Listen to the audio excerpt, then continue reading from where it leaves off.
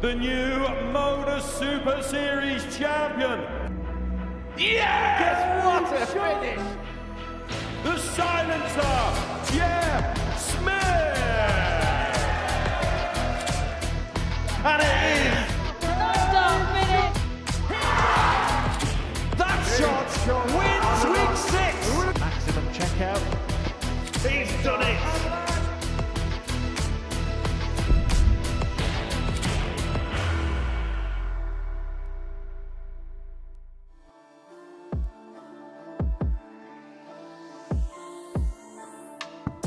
Class of the highest for the bull to lead the game and get the ball to lead the game. Double top, shuffles across. Can he just work it in? Yes, he does. Flick off the flight and into the bed. Excellent finish. Double top. Oh, it's just brilliant from him.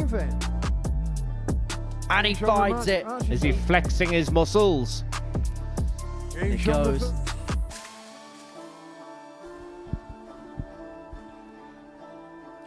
So it is the final night of qualification in this Group B. Welcome along to the action. We are here at the Live Lounge in Portsmouth once again. And of course, we are live on Pluto TV.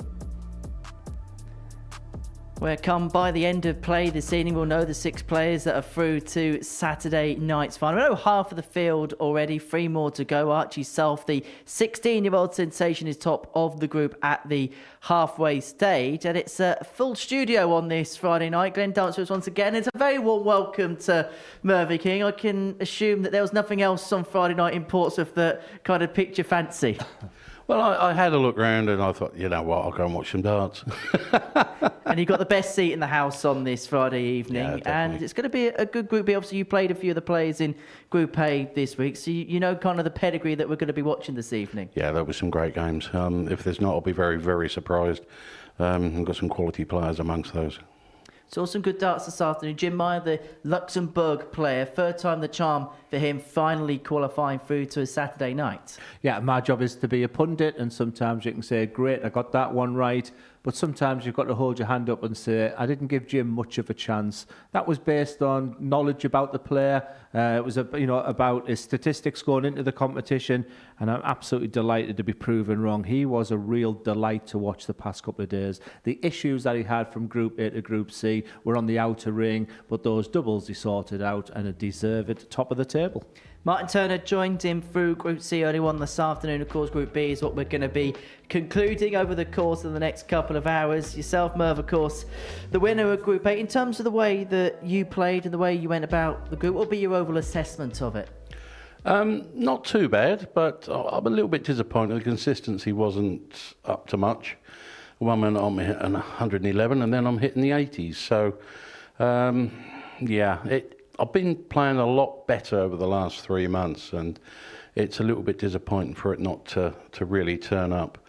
It has in patches, but that's it, in patches. So unless I can get some consistency there, tomorrow is going to be very hard work. Well, we shall see how that gets on tomorrow. But tonight we're going to see Group B come to a close. It's Archie Self that's top of the table, and Glenn last night from first start to last he was the best player in that group. Yeah, a Lakeside boys champion, this precocious young talent, but to see them up close and personal, I have to say I've been very impressed with him as a person as well. I think the term I've used is old head on young shoulders, as Merv rightly alluded to as well. He's a big scorer, but also deadly on his finishes as well. He's got that real classic combination that you need to be a top player. A very exciting future. You've played against him a few times this week, Merv. What's his key attributes? What's the things that kind of stood out the most for you with Archie? I mean, his scoring's very good, but his finishing is spot on. I played him first game on Monday, and he was very nervous. And since then, he's just got better and better and better. So, you know, he's going to be a big star in this sport. What were you two exchanging there on, was it Wednesday afternoon? Oh, yeah, well, they were mucking about, yeah. he hit, I think it was all the 151. Yeah. And I knew it was in. I just peered round and looked, and is that in? And he had to check himself. I knew it was in, I could see it, but yeah, I was just having a bit of a laugh with him. And that is what it's all about. In terms of the odds, though, no laughing matter for Archie Self. He is the bookies' favourite, but it's one of those nights, Glenn, where maybe we don't look so much as to who the favourite's going to be, but maybe what the bookies think in terms of the other two qualifying positions. And they have Lisman and Finn in those spots. Yeah, I think Lisman is a talent. I'm not too sure about his dedication right now. And speaking to him earlier, he wants to correct those wrongs going into Q School. Dean Finn at times was absolutely sensational. I mean, he had moments of utter brilliance. And for me, if anyone's going to come through the field who are not in the top three now, I do like the big South African Johan. I think Geldenhuis is an excellent player. Looking forward to see the challenges he's got. It is 18 plus, scoutaware.org if you're going to have a flutter on the Super Series this evening. Right, let's get into the first match of the session. It sees Tommy Lisman and Johan Geldenhuis in action. And earlier on this evening, I caught up with Tommy to chat about his opening night in the group. Tommy, must be really pleased with the 6 points you got last night. Felt like a real workman's performance out there. Yeah, it was nice to get 6. I know I didn't play well. I don't know what it is. I don't think I've been on form for the last few months, really. I don't know, life's changed a little bit. It all stems down to, for me, I think, I missed the challenge all weekend and I've had to play catch up a little bit, trying to chase down the top 16, the UK Open spot, the Q School spot. I've put myself under pressure. I don't think I've played very well. I don't put the practice in that I should because I've now got a new baby at home, life's different. I'm absolutely buzzing to come away with 6 points and now I've just got to go get the job done tonight and get myself through to tomorrow. So is it a case that perspective's a bit different? That desire to win, that hasn't changed, but maybe things away from the hockey means that maybe your commitment to the sport isn't what maybe it once would be? Yeah, 100%. It's still there, the desire's there, and I can't wait for Q School, and the start of the year showed how well I was playing, and it's there. I know the game's there. I know what I'm doing right. I know what I'm doing wrong. I know it might be a dedication issue. That is something I've got to put right before Q School, but how I do that, I'm not quite sure yet. It's not necessarily that easy, but I know that the game is there, and I'm still as good as anybody that comes in this building all the time. Back to tonight, what do you feel like the job is you've got to do to get through? I'm not really thinking about it, I just keep winning. But I'm coming here tonight thinking let's win 7 out of 8. Do you know what I mean? There's no win this game, lose this, think a lot different. I just come here to win them all. I'm good enough to beat them all in there, and it's doing it. Well, wish you the best, Tommy. Good luck out there. No worries, mate. Thank you. So let's get the action underway then. Tommy Lisman and Johan Geldenhuis is the opening match of the evening. Mervyn King is in commentary throughout the course of the night and taking us through the first couple of games is the former Premier League winner, Glenn Durrant. Thank you very much, Henry. Yeah, really looking forward to it. Another fantastic night of darts. A bit of a fan of Johan Geldenhuis. I don't think he got the exact results he was striving for. And very, very late in the early hours of this morning, the pair of them played the last game of the Group B campaign of the night. A night that was littered with 180s. A night that was littered with 9 darter attempts. A night that was some excellent matchup. All of them officiated by one of the best referees that's ever graced our stage, Mr. Paul Hinks. But in Tommy Lisman, I think we have a player that I think a very bullish Looks like interview. Johan is through first. And the fact that he realised that he knows he needs to change a few things, the fact he wants to go to Q School, the fact he's now a family man, he's a father, and all them things you've got to take into the equation as well. But a super 78. talented, and to get 6 points and 3 wins out of 4 yesterday without being at his best is an indicator to me, Merv, that there's a proper player there. Without a shadow of a doubt. 96. I mean, I played him, I think, twice now. I played him in the Challenge Tour. And I think I was in Germany. I think the last leg he kicked off 180. I matched 95. him. I hit another one. Just missed double 12 for the 9. But the score line was very flattering towards me. He's one fantastic player. 43. So when he talks about the fact that maybe his dedication is not 100%, the fact that time is running out to Q School, what advice would you give to someone where you can see that raw talent in Lisman? What does he do to get 55. everything right ready for Q School? I think he needs to up his practice a little bit more, maybe. Not so much on worrying about what's happening, 80. what he's scoring, but more of the mechanics of his throw. He's got a few wayward darts, so he needs to get them a bit straighter. So maybe just work a little bit on that. 100. Practice maybe half an hour extra a day.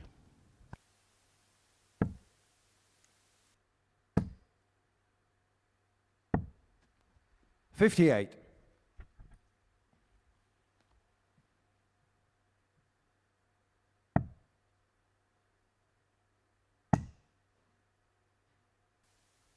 $133. That's an excellent set of play. Like I said, I'd like to talk about Johan in a second as well, Merv. 60. This has been a Johannes superstar. Karl 40. I felt he was a little bit unlucky to leave with only 2 points last night, but he is the player that I feel I could still qualify from this group. That's a little wild. 30. A little Tommy messing Carl, around with the doubles, Merv. 164. Well, let's definitely give Lisman a chance at this 164. How do you think? 60 or 19s? There's one. Needs another. Oh, just a bit low. 96. The Johannes modern Karl, way to 10. go on the 164. Looking up on the treble 20.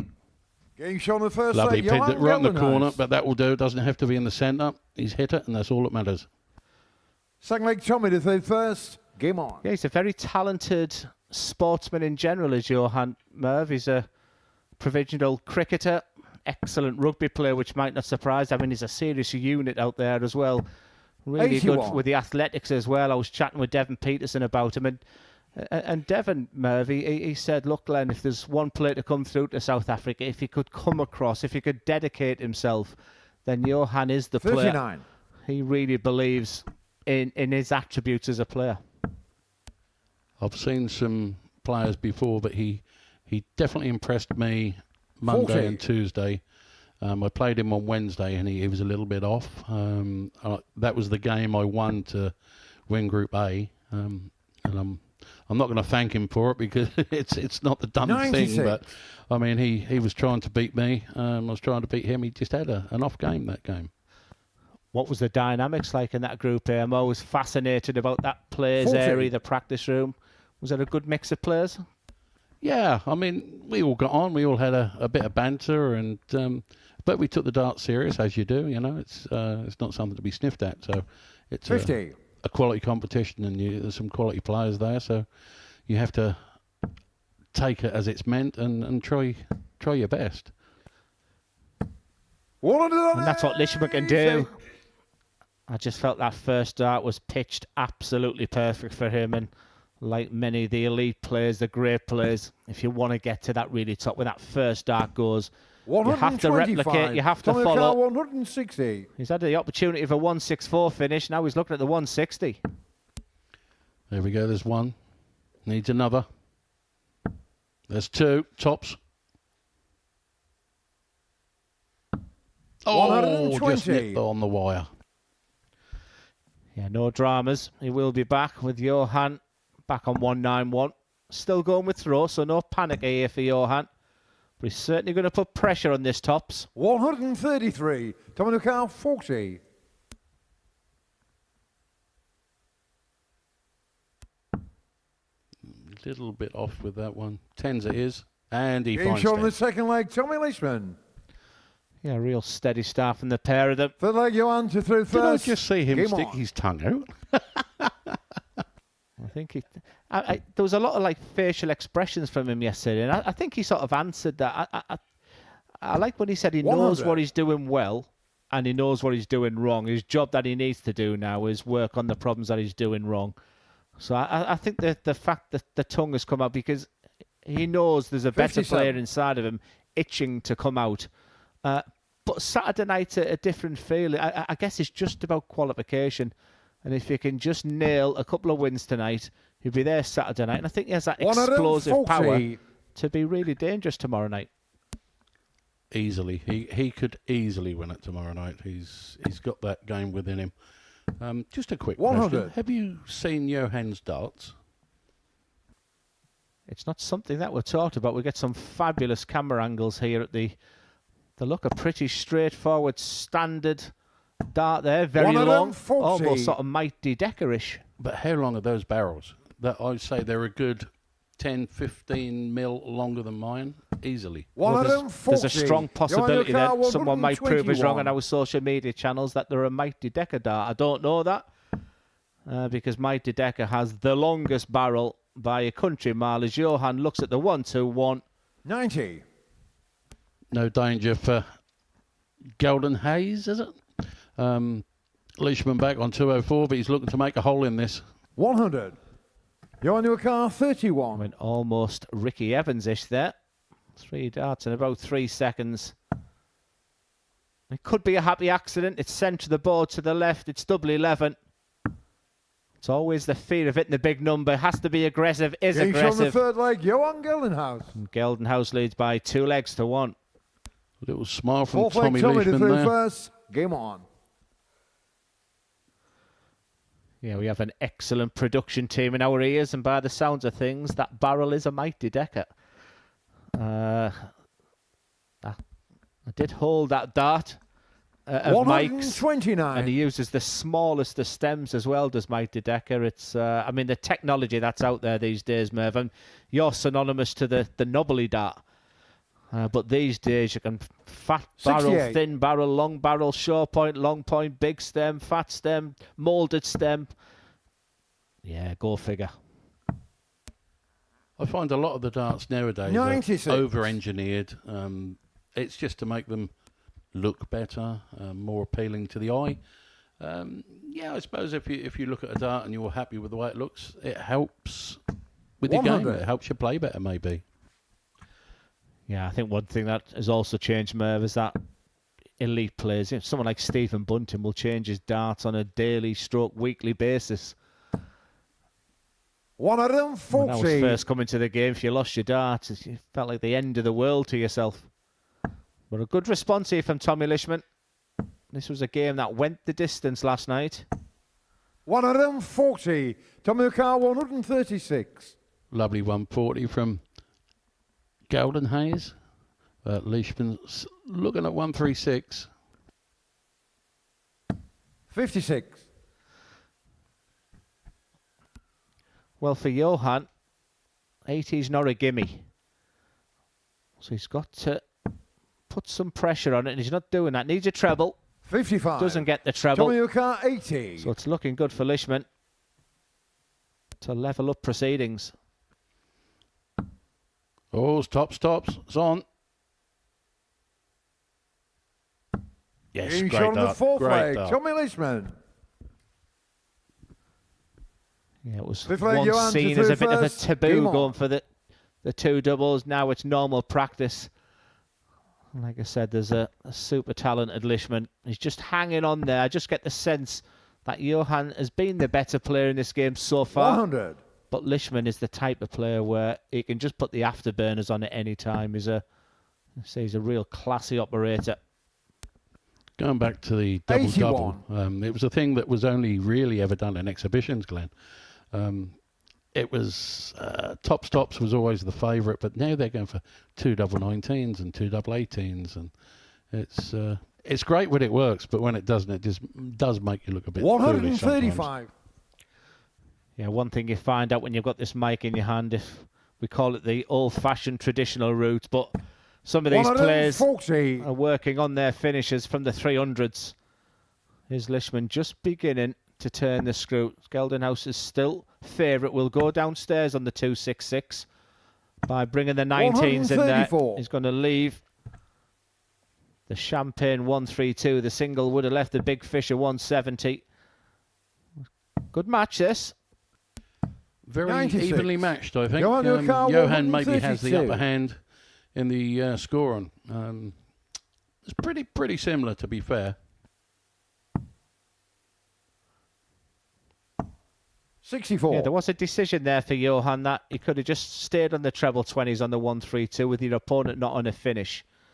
But he went the aggressive route. 100. Johan So Car this is a 68. real important passage of play now. Tommy seemed to throw them last 2 darts pretty quick. Oh, tops. 48. Tommy, your car 84. Not for the first time in this Group B campaign. Johan Geldenhuis has gone low on that tops. Will he be punished? It could be a bullseye here for Lisman. He'll be looking at the 14 segment. He went nice and aggressive, but it is the bullseye. This is for a potential break. This is an important dart for Tommy. 59. Johan, your car 20. Add a little bit more concentration on there, only for it to just sail above the bullseye into the 25. Just inside. 2 5s. Yes. Each on the fifth flag. Johan 3-2 lead Geldenhuis. now. That's important. Important for Johan, definitely. 6 leg Tommy to through first. Game on. Yeah, it's just that little bit of bottle. And they're the kind of things that I like, Merv. You know, he's not being disrespectful. He's self-motivating himself. He knows that this is a must-win game. 2 points overnight has put him in a difficult position. 58. But a win here, he can take his time because he's got a massive game coming up as his second game because it'll be against Archie self. So there's a lot of pressure on Johan to get the 2 points here, and he's gone one away. 45. Well, he started well. I mean, he held his throw there quite well. You know, he has to really, with this 100. game, to set it up against Archie Self, who we know is at the top and is playing fantastic darts. Yeah. Archie is up next. 100. He will be playing Stephen Plumstead, who was unfortunately for Steve, still sat on 0 points, but we saw enough from him last night. Very competitive, played with that smile on his face, 97. that late replacement coming in. But they could still just have a little while to go because this one looks like it's going the distance. Still on throw, 5 legs played, 5 holder throws. Ton behind here is Johan. 45. Advantage Lisman. Bit loose that last one. I thought he might have gone down instead of trying to get round that lower dart. Finds 2 trebles here. Just under for the 140. 140. Yeah, just the 180 in this game, but wow, we had a staggering amount last night. One game included a match with 9 180s with Dean Finn alone hitting 60. 6 Tommy car 106. in one game. This to go the distance. Treble 18 will be the shot. I don't mind that for double 18. 70. That's an excellent attempt on the 106. Geldenhuis way back. Again, another different way of going for a shot out. It's not something I would do, or I certainly wouldn't go that way 55. unless I had to. Tommy car 36. So, Mr. Leishman, double 18. Straight down the barrel, should find that. And he's the wrong side.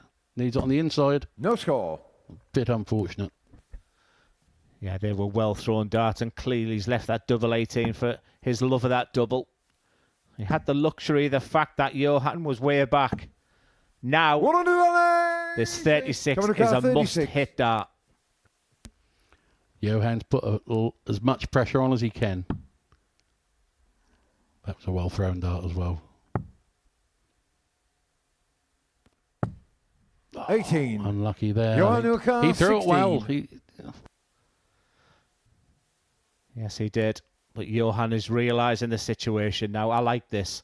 There's the argument he's taken too much time, but he's just gathering his thoughts, getting his breathing right, looking at that double 8. Can he execute? This is a big dart for the South African. 8. Tommy Newcar 18. He can't believe it. I can't believe it. Leishman, double 9. He's going straight for it. And he Each on finds the it. 6 Levels leg, the Tommy match Leishman. now. 7th and final leg, Johan to through first. Game on. And one thing, Merv, is that when you've had match darts, we saw the reaction from Johan. The last thing you want to see is the number 501. And that was a nervy dart. He's got a lovely, 26. stylish throw, but you can just see his timing's gone. Right now, the head of Johan Geldenhuis is a bit of a mush. Big opportunity for Lisman. 59. Unfortunately for Tommy, he really doesn't take advantage of it. I mean, a 26 start from Johan. But that's better. He's found the 61st dart and the second dart. He's looking at a full house here. Oh, that was 125. a little bit pulled, I think. A little bit maybe too quick.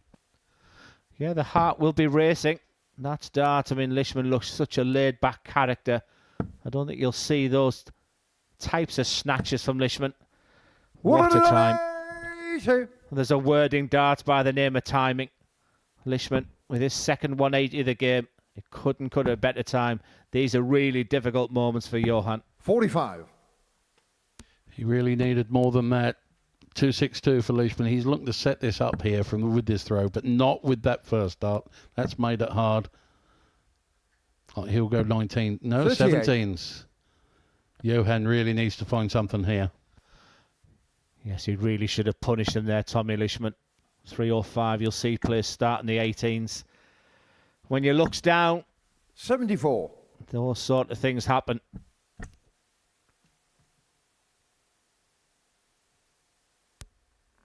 Tommy 224 looking to set up. Finds the 60 first dart just under the top wire. Very inviting. Hits the second one. I think he's staying there. Yes, another 180 from Tommy. Fantastic darts. Yeah, you could see the reaction in the background there from Johan. Even a 180 right here now. Should go downstairs. 97. Tommy Lucar, 44. But this is the moment for Tommy Lisman. For me, he's been second best for the majority of this game. But he's having that type of run in Group B.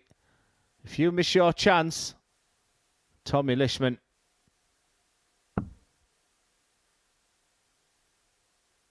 Takes his. That is a really solid win for Tommy Lisman.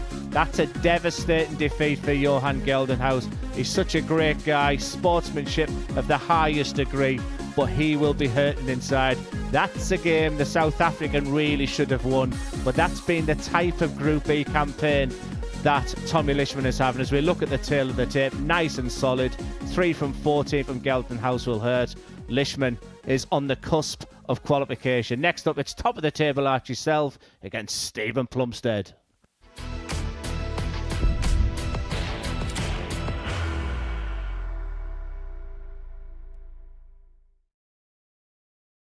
Are you ready to lift that trophy, Darius? Yes.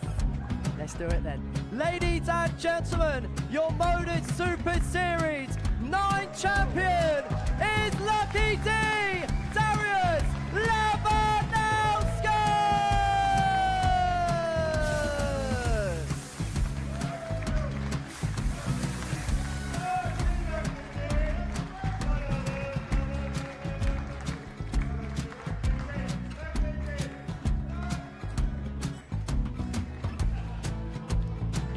Well, what a wonderful night of darts we have seen, and we are ready. Our champion is ready, and it's trophy time. So receive the trophy. £25,000. The new Modus Super Series champion, the Terminator, Marvin Van Velzen.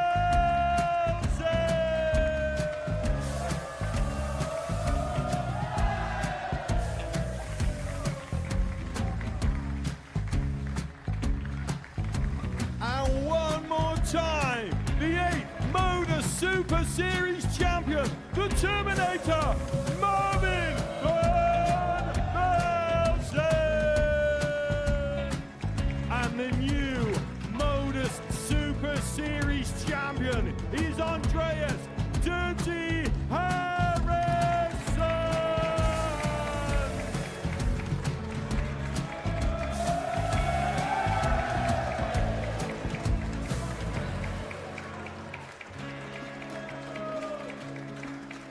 And one more time, the 7th Modus Super Series champion.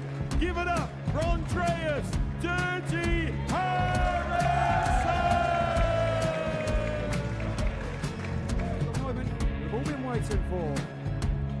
Would you please show your appreciation for your Series 6 Modus Super Series champion, Scott Taylor?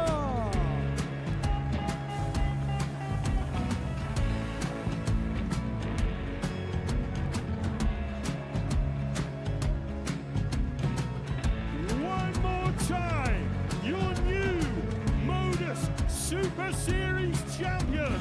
He is Chucky. He is Jim McEwen.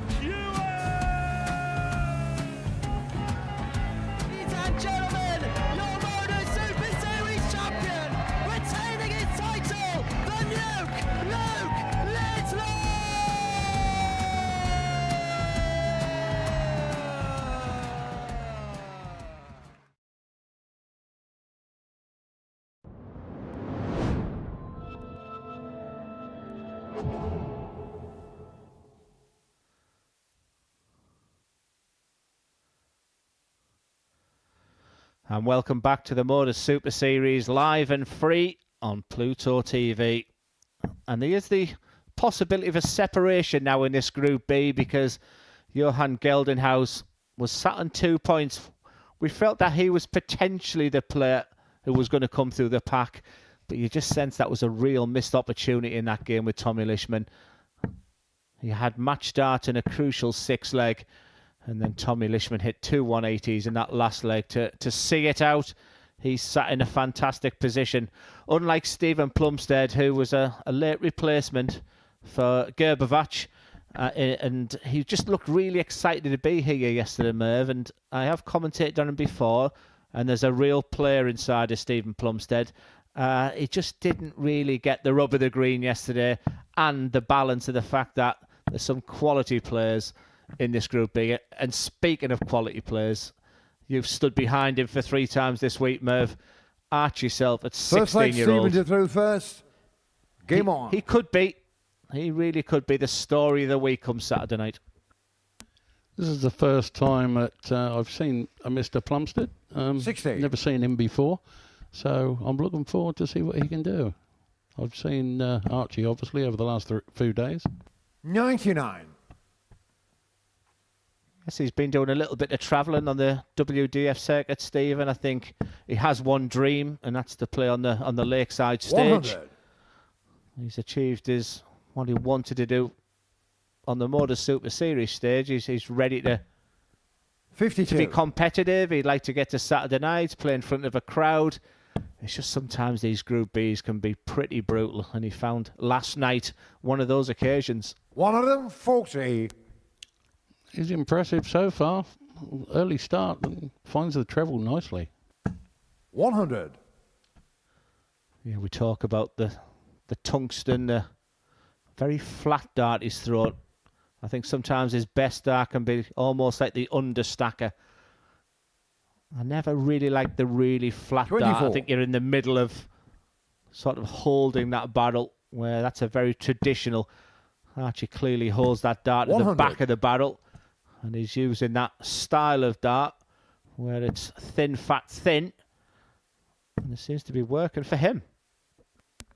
I find 45. mine going a bit flatter here on this 150. throw, where I like mine to stand up a little bit more than they do here. It's that's why you see me 56. switched a little bit more. Stephen Car 132. I'm going to come back to you on that in a second. We'll just see out this leg here. That looks like it's a 7, so he may stay at the centre of the board on the 125. 87. But he has a real quality Archie when you think Car it's almost 94. impossible to find that treble. He does that. So the old-fashioned route for the 94. 47. Stephen Car 45. Not the best attempt at the bullseye, so let's see what 45 required. Hits the 5, leaves top, second dart. Oh, it's over the top, and that's laid a bit awkward for him. He's having to move over. 25. Archie Car 47. Yeah, we get some wonderful camera angles. It looked inviting, didn't it, from that one camera angle? Double 16 for Getting shown the first leg, Archie Self. And you talked at the beginning of the show where you were impressed with his scoring. Second leg, Archie to through first. Game on. But you also felt, Merv, that one of his key attributes is the way he hits his doubles as well at such a tender age.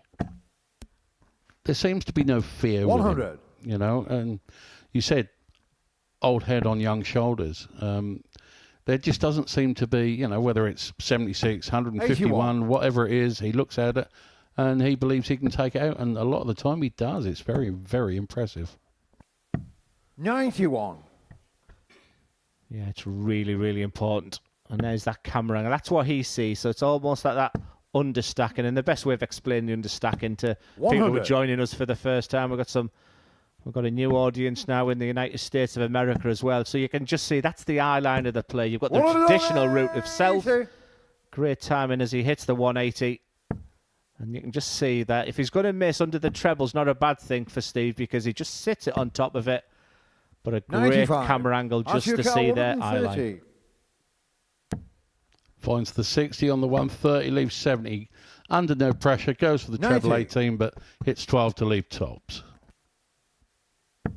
Yeah, it's just round about that 90 average, once seen as a real top average. Obviously, the 81. Archie used to be 40. the benchmark for a lot of players, the 90. Now it's seen as being really solid. It's back down to double 10. He's having no problems with that double. That is his go-to double at double 10. He leads 2-0. Third leg, Stephen to through first. Steve Game really on. needs a good start here on this leg. He needs to get himself back into this match because it's slipping away from him here. He finds a treble, second dart. That's great. 81. Unfortunate with the third. Yes, it was the penultimate game of yesterday's proceedings. It was a comfortable 99. 4-1 victory for Archie Self, but it wasn't a great game between them. And there's that dart that I think, by the looks of it, he should go down to the 19s, but he's got a real 60. knack of being able to find the treble despite that not being ideal, because, as I mentioned there, if Plumstead's 58. going to miss the treble 20, Merv, he wants to miss it just underneath it. I was talking to Trainer the other day about it, with me being sort of the older-fashioned 23. player, if you like, or the more traditional. I tend to move round and get round a dart if it's underneath. And Trina's much 58. the same. Now, really, it'd make more sense going for an open bed of a 19 or an 18, but I just feel like I can get round a dart easier than hitting treble 19. Maybe it's daft. I'm 40. daft, maybe. I don't know. Well, we've just witnessed a real top component of that in Jan van Veen before tonight's proceedings as well. He's another one that just seems to bash his way through trebles when 140. you would think an open bed would be a better decision. But Archie is just beginning to put the real afterburners on in this game. It's a one-sided 83. affair at the moment. Archie 146. Time in his side. 6 darts, Merv, from 146. Yeah, he seems to be turning the screw a little bit here. 58. Poor visit, really, for Archie, but he's not in any trouble. I mean, Stephen's on 214. He's looking to set this up with Archie sitting, waiting on 88. 24. Archie 88. When it rains, it pours. Treble 19 for Sel. Back to that trusted double 10. 68. 190 for Stephen. He really must set this up. That's a great start. Finds a 60 first dart. Just underneath, looking for another. Unlucky. Finds 100. Archie, 100. his favourite double Archie 10 maybe. 20. Has been so far. That's a good guide for him. And Getting follows shoulder it straight third down leg, the barrel, Archie straight self. in. Fourth leg, Archie to through first. Game on. Yeah, looks like we're biting the flight already. Very Taylor-esque for Plumstead there. It can be the loneliest 100. place in the world on that stage. We talked this afternoon, Merv, about the fact that when you're 3-0 down like Steve, sometimes it's nice to look over to your manager, your family, 100. your partner. You know, in these group phases at the Modus Super Series, it's such an individual sport. You're up there. You've got to find your own solutions, 140. especially when you're up against a young, precocious talent like Archie Self. No audience is definitely something different, and it 60. takes some getting used to be fair. So that's why a Saturday night is great, because you get the audience back in, which we're all used to. 131. Yeah, and the acoustics of this building as well, you know, when we've got a packed house. And I think there'll be a packed house next week. Champions Week is 60. very Archie much in the offing right now. 130. Will Archie Self be there? Surprised he went that way on 98. 130, but it makes sense. He's left 32. I thought he'd have tried to leave double 10. 100. Archie 32. Looking good for qualification for Archie Self. It's been one-way traffic and a big shot on the 4-0 match, victory Archie for Self. Archie Self. We really did lift this guy up and tell him on his 16th birthday to invite him here this week. He's rewriting his own story this week, and it's 5 wins out of 5 and a very comfortable 4-0 victory over Steve Plumstead, who looks pretty dejected walking up the stage. But for Archie Self, round about that 90 average throughout, a really professional performance. Archie Self moves on to 10 points. We move on to game 3. It's Lisman versus Dean Finn.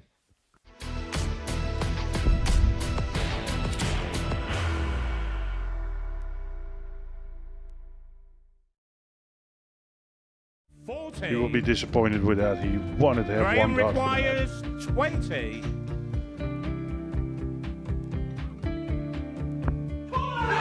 Lancashire wins the first game of Champions Night, and it was an absolute ripper.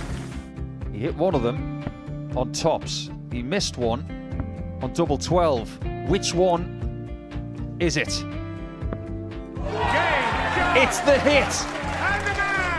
Outside opportunity for Andy Hamilton. Van der Velde should be getting a match start again here. He's already had one. Mr. Dart at tops for the match to win 4-1. And he Dart at double 16 gets the job done there for Jurgen van der Velde. He gets over the line with a 4-2-6. Did he go for tops, or did he just overshoot the single? Jimmy doesn't care. Jimmy just looks to eat this up to make the semi-finals for the second time. Adam Gablas has been eliminated.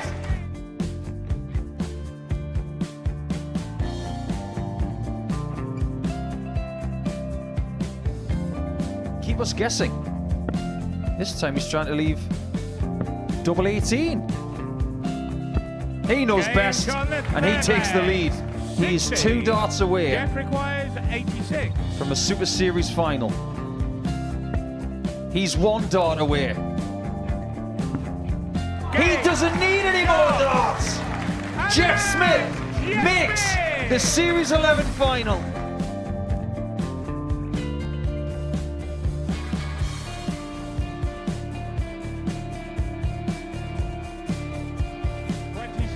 Is Usher losing his cool a little bit here? Oh, absolutely. Right now, I'd say the head's gone. And you don't have long to recover. It is very, very short format darts. Vansky's halfway to victory. He only needs one more. Jimmy Vansky is yet again into a Modus Super Series final.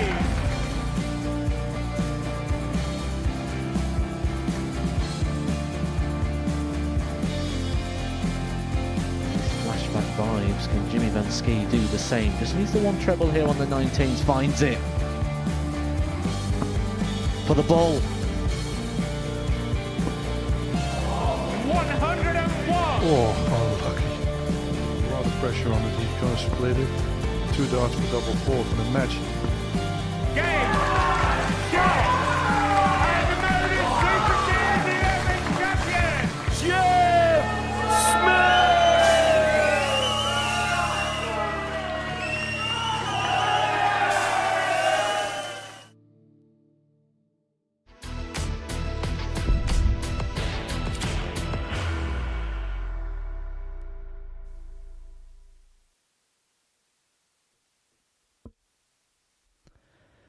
Welcome back to the Modus Super Series. Before the break, we saw Archie self-qualify through to tomorrow night's final with a 4-0 victory against Stephen Plumstead. Rather routine in the end for the 16-year-old. He books his place through to the finals on his debut. Third up for us then, Tommy Lisman and Dean Finn. Lisman already with a win to his name this evening, having got the better of Johan Geldenhuys by 4 legs to 3. The 30-year-old from Hull, twice a weekly semi-finalist here in the past. Dean Finn not going to go one better than his previous exploit here, where he lost out in the final to Danny Van Troep in the previous week 12. The 27-year-old from Waterford kicks off tonight with 4 points to his name. Glenn Durrant has departed. I'm going to be in the company of Mervyn King throughout the remainder of the evening session here at the Live Lounge in Portsmouth. Now, we've seen Tommy Lisman on the hockey. He's already won 4-3 tonight. In terms of his performance against Johan Geldenhuys, what would be your overall assessment of the way that he played in that one? I thought Tommy was not quite as good as Johan, but he come to his own in the latter part of the game. The last couple of legs, he really sort of, I don't know, pushed the envelope, so to speak. 16. You know, Johan didn't seem himself tonight. He was the better player at the early doors, but Leishman certainly come good at the end. 16. In terms of Dean Finn yesterday, he played some really good stuff, particularly towards the middle of the session. Average of 90.86 all told. 34% in terms of the finishing, but it felt like when it was good, 95. It was really good. But there was just 1 or 2 games that he may feel like maybe just passed him by a little bit yesterday evening, which means that with 4 points, yes, he's still in a decent position, but just gives himself that little bit of work to do this evening. Yes, he could have done with another couple of points at least before this evening's play. Starting well here. 140. Yeah, it's a nice 140 there.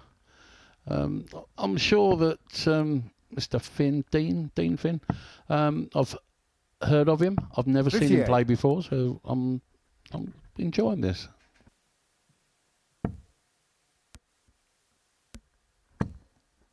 It's a bit of a loose one, that 5. And recovers well with the 125. That's great darts. He's himself an 81 for an early breaker throw in this contest. 100. Daniel Carr 81. 19s or 15s, depends.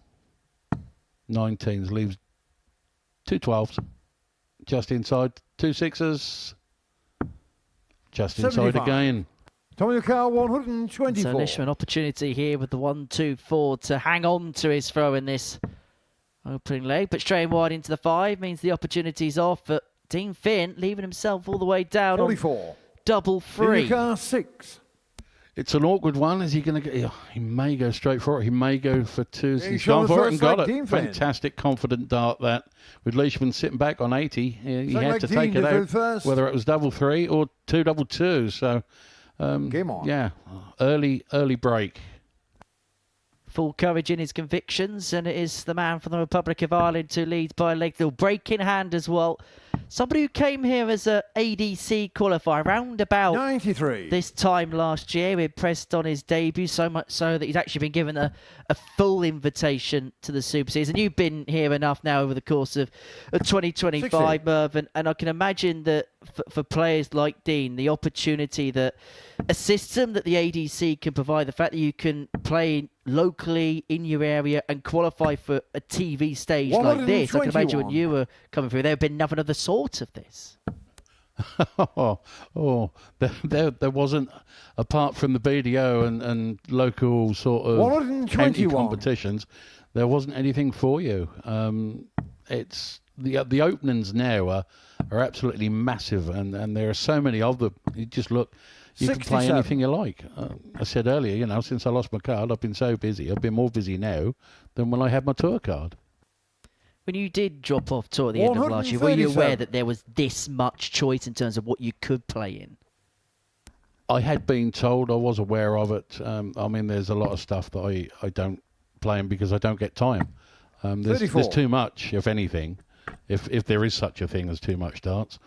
I suppose the purists like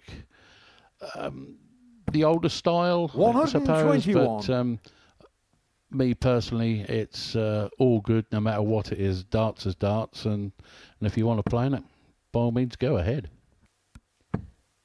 Paul Nicholson coined the phrase that this is the place where worlds collide, because literally, you've got players like Johan Gelenho, who's from South Africa, play on the African darts, so you've got players play WDF, ADC, Challenge Tour, and they all ply their trades here. Lisman, looking at the 14s on 62, gets a dart tops, finds the tops, breaks back, and we're back on level terms at 1 apiece. And he is somebody, Tommy, that does like to do the odd thing the flashy way. I wouldn't say flashy, it's just different. A lot of people now use treble 7. I was never heard of in the day. 100. Yes, full house. What a start from Tommy there. He means business now to hold his throw. Treble 7 was never thought of, never considered. If you hit that, it 60. Was an off dart for a 57.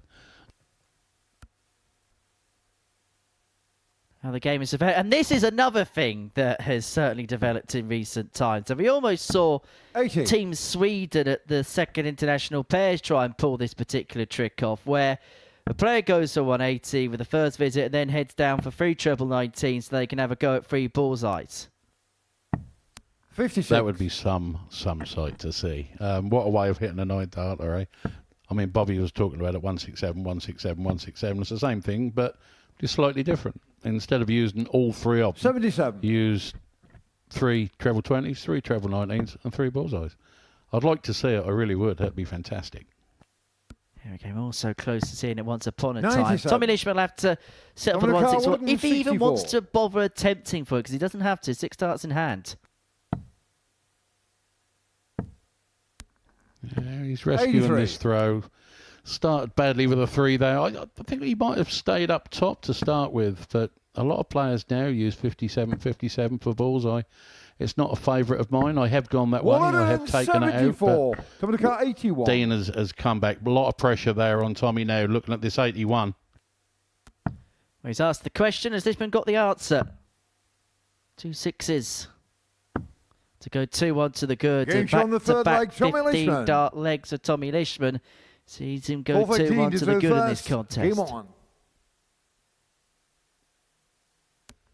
Very good standard so far from the pair of them. A 16 and 2 15s, that's good darts. Dean is looking to open up with a ton plus here. He can't do it now. 100. Bad ton is good. That's a great start to the leg. Just showing that Tommy, he's not going anywhere. He's here to fight, and you ain't got me yet. Is there possibly a distinct advantage that Tommy Lisman has? The fact that he has already played on the stage this evening, and obviously Dean's coming into this fresh. Oh, I just looked at that too. There was a 140 there. I mean, if you've played here before, if you've played, I know it's his first game this evening. 83. Not Tommy's first game. It gives you a little bit because you've had a throw on the throw itself. You know, you've had a game there. You know how it's going for you at the time. So 100. Maybe a little bit of. Maybe it's a little bit better for Tommy, even though it's only been the one game. But 58. There's not that much in it, I don't think, because they've played on it before. They're there of them, so they know what the thrower's like. Throwing decently in this leg on throw, Dean Finn. 125. Self on a 2-darter after 12. Lisman realistically needs a couple of troubles here just to keep pace. In the one, just leave anything. 90. Great last start. 76. Absolutely fantastic last start. Leaves the big fish. Is he going to get a chance? 76. No, he's hit treble 5 there. That leaves 61. 11s. 36. Don't know what happened there. 170. Answers on a postcard. The only thing I can think of potentially is maybe a bad miss on treble 7. That's the only thing that can spring to my mind. Well, we're only talking about that. Yeah. 40. They use it now. They use treble 7. All right, if it was, that was a bad one. But tops now. Yeah, it's great dart there. He's levelled it now 2 apiece. It's turning into a good scrap. This it really is. Through first. Game on. Well, in terms of the numbers, Tommy Lisman averaging just a shade under 87. Dean Finn just a shade above the 90 mark. Level we are at 2-2. Dean Finn leading the game 1-0. Lisman winning 2 on the trot before 87. the Irishman has squared this contest up.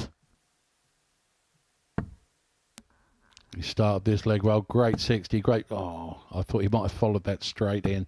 He does with a third. Lovely 140. It's Tommy, I'm not going anywhere. I'm taking the game to you, son. These are two players that, when they really do get going, are real power scores. Saw last night Dean Finn hitting 6 180s in his game against Johan Geldenhuys.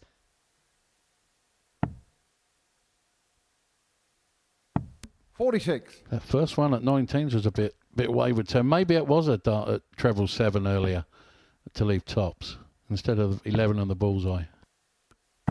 58.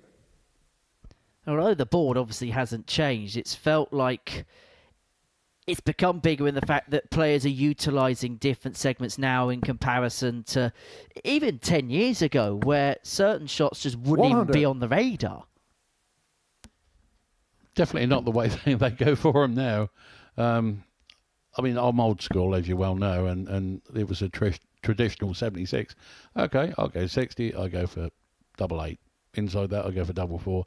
Now they look at it 76. Okay, we'll go double 18, double top, or 2 double 19s. I mean, if you'd done that in a local pub match, you'd have probably you'd have been asked outside.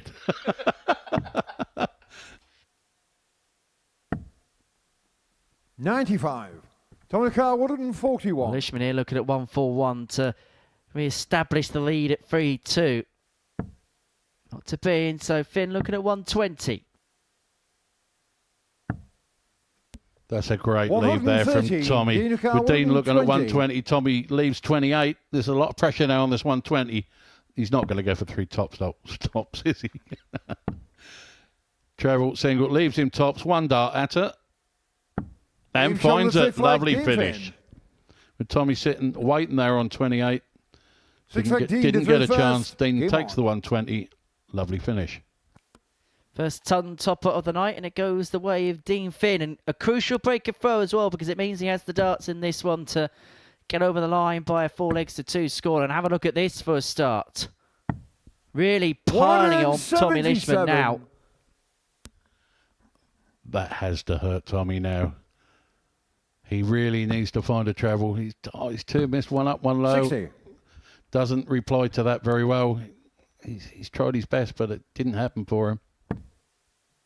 Well, hasn't had a 180 yet in this game, Dean Finn, but has had 2 scores of 170 plus. So effectively a maximum turn by hitting 3 power trebles, and he's powering his way now towards victory against Tommy Lisman. And it would mean that both players 60. will eke ever closer. Dean Finn will move up to 6 points. Tommy Lisman would remain on 8, and it would cut Johan Geldenhuys adrift, who's got Archie self in the next game. 121. I think he's really put this out of Tommy's grasp now, as long as he doesn't mess about on the double, which I'm sure he won't. 65. 65. 63. That's not good enough. Even a full house wouldn't have been good enough. Dean's looked at 63, 13, 18 tops. Now he's gone 10 for double top. And finds it for the match. Excellent, excellent darts there from Dean. I feel Tommy was a little bit under par there. Didn't really score as well as he can do. He was talking about things not quite going his way so far this week. We all know he's a father now and stuff. He's got other things on his mind, but yeah. Good performance, good win for Dean Finn. Next up, Archie Self takes on Johan Geldenhuys.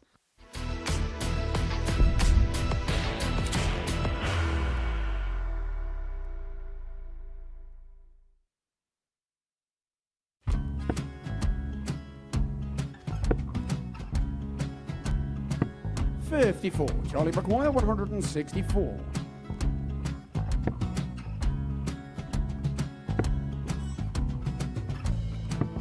$44.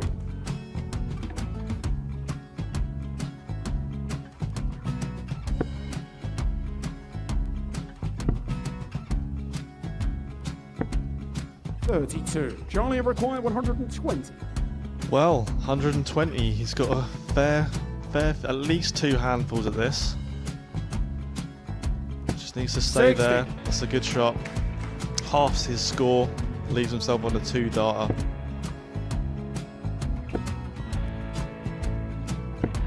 $26. Charlie Time on his required side 60.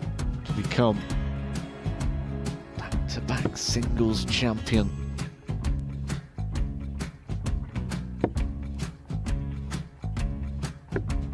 $40. Definitely a couple of nerves in those last 2 darts, but he'll be coming back. It's a moment he's been in before this situation. Standing at the back of the stage, Charlie approaching the required hockey with 20. a chance to win the title.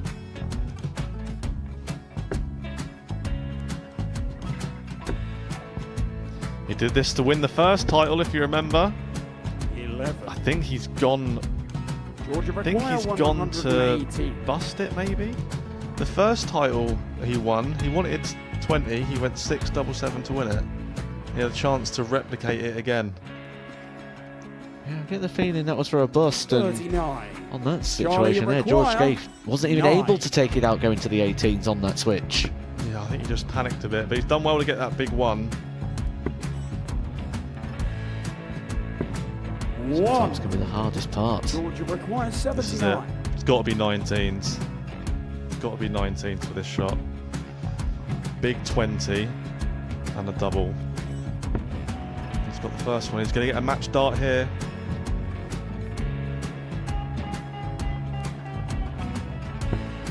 $59. Charlie Threw the entire body into that one. Just didn't want to let go of the dart.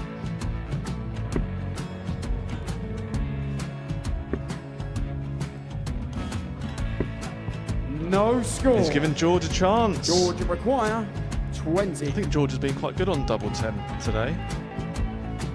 So many opportunities for Charlie Murphy. Couldn't get the job done. And the match! And the Red Dragon George Modus Skate. Super Series Influencers Champion, George Skate!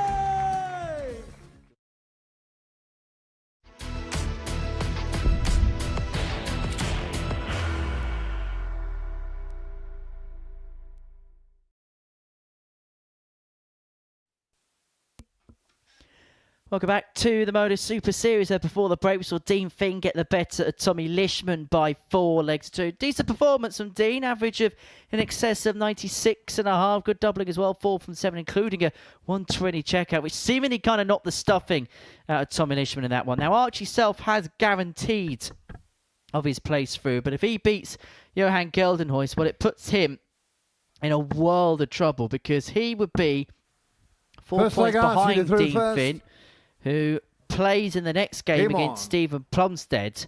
And so defeat for Geldenhuys here and a win for Dean Finn in the next would mean that by the halfway point of the evening session, we will as good as know the players that would have qualified through to tomorrow night's final from this group. Thus, the full complement of 6 for the finals night of a regular week in Super Series action in 2025 would be.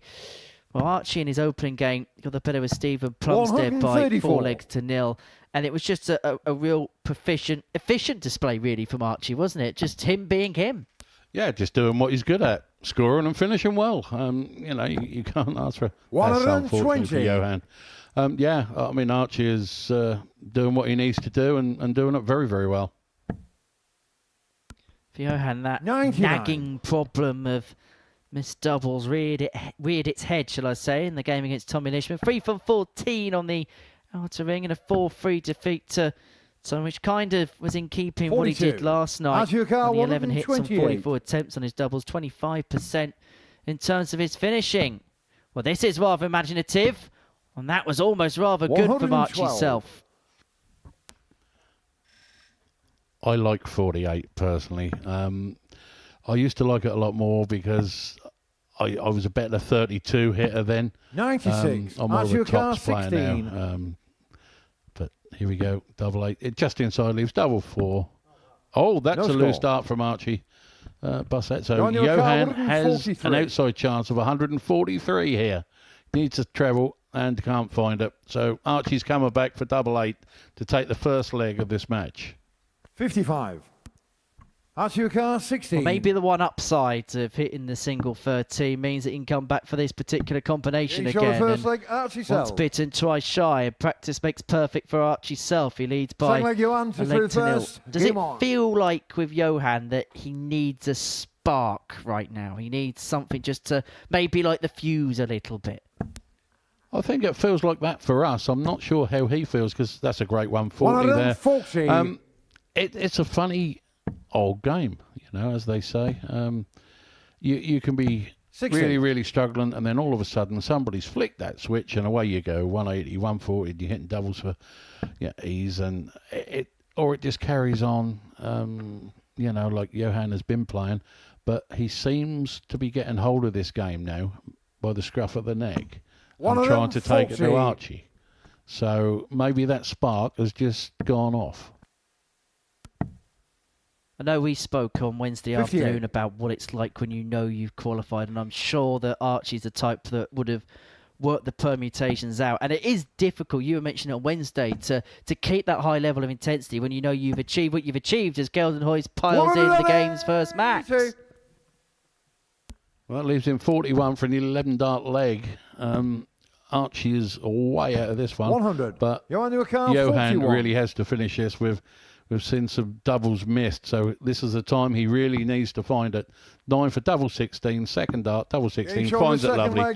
Thank you very much, 11-dart finish. Will do nicely. Well, he said potentially a spark for Johan Geldenhuys might be something he wants. 111 dart will be exactly that, and we're back on level terms at 1 apiece. And Archie Self being asked some early questions here. You talk about whether Archie does the tables. He knew that win put him through. He knew that. You could see he was fist pumped 85. fist pumped after the match. So he'd already worked out that if he won that, he was through. So the answer to your question, 91. yes, he knew. Which means that on his debut, he's going to make it through to the final if he does win. There is actually a possibility, 100. Mervyn, you're going to hate me for saying this, that a couple of records could be broken. We could have either the youngest or oldest ever winner of a Super Series 100. week, potentially over the course of the next 24 hours or so. I love you. Just easing you in gently. Straight for 60. the jugular. Thank Archie you very O'Carroll, much. 170. He's looking at the big fish. Hits the wrong treble there, just on the right-hand side. He's looking to even up 42. a bit. No, there's poor throw from Archie. But he's not in that much trouble with 256 unless... No, I thought the full house was coming in there, but he could still make it awkward. 140. 140. Archie Archie O'Carroll, really has to start 128. looking at this now.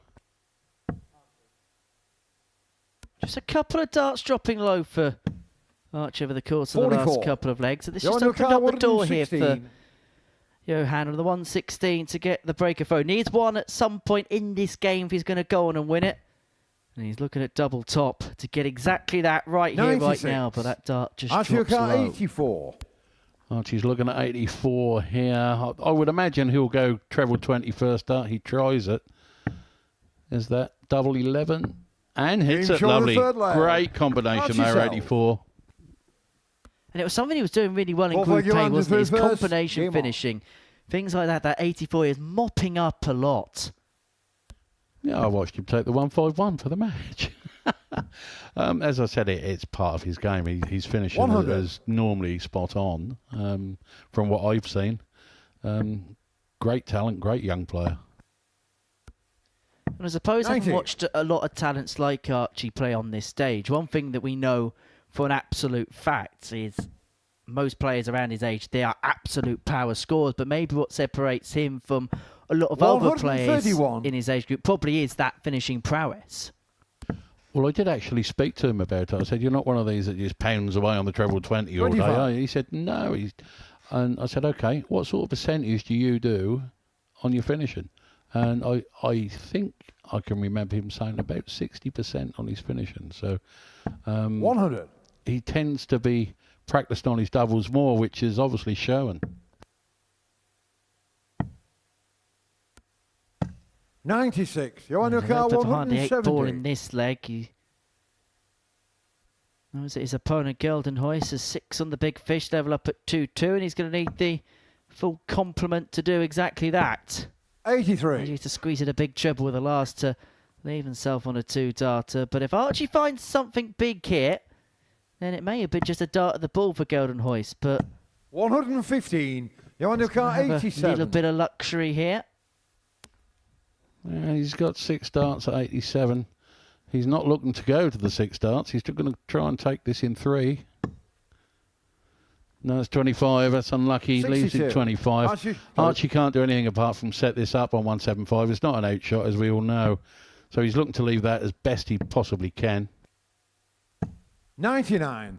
Johan Picks off O'Carroll, treble the 25. last, and Geldenhuis looking at 25 to square this game up at 2 apiece. 2 darts in hand at double 8. No Game mistake shot on the fourth leg. whatsoever. Johan That Gellenhuis. squeezes in. And we are back on level terms in this contest. And interestingly, just having a look Fifth at the leg, games Archie, that the we've first. Game seen on. so far this evening, all 3 matches have gone against Fro. Lisman beating Geldenhuis against the darts 4-3. 140. Self beating Plumstead against the darts 4-0. And Dean Finn beating Tommy Lisman against the darts 4-2. Maybe an omen for the South African. Well, you never know. 40. Archie started well on this leg, so Johan has not really come back well there. So, but it's only 2-all. There's still another chance. Oh, Archie fills that bed there. Lovely. Johan's really in trouble in this leg. Just when it looked like things were going a little bit quiet for Archie Self, he passed it at max. 140. And trying to stamp his authority all over this contest once again. 139. Fantastic darts from Archie there. Just no fear at all, has he? He just totally in control of what he's doing. 3-2-1. I mean, he's totally out of this 60. leg. Archie O'Connell, 42. I can't see Archie losing this leg from here.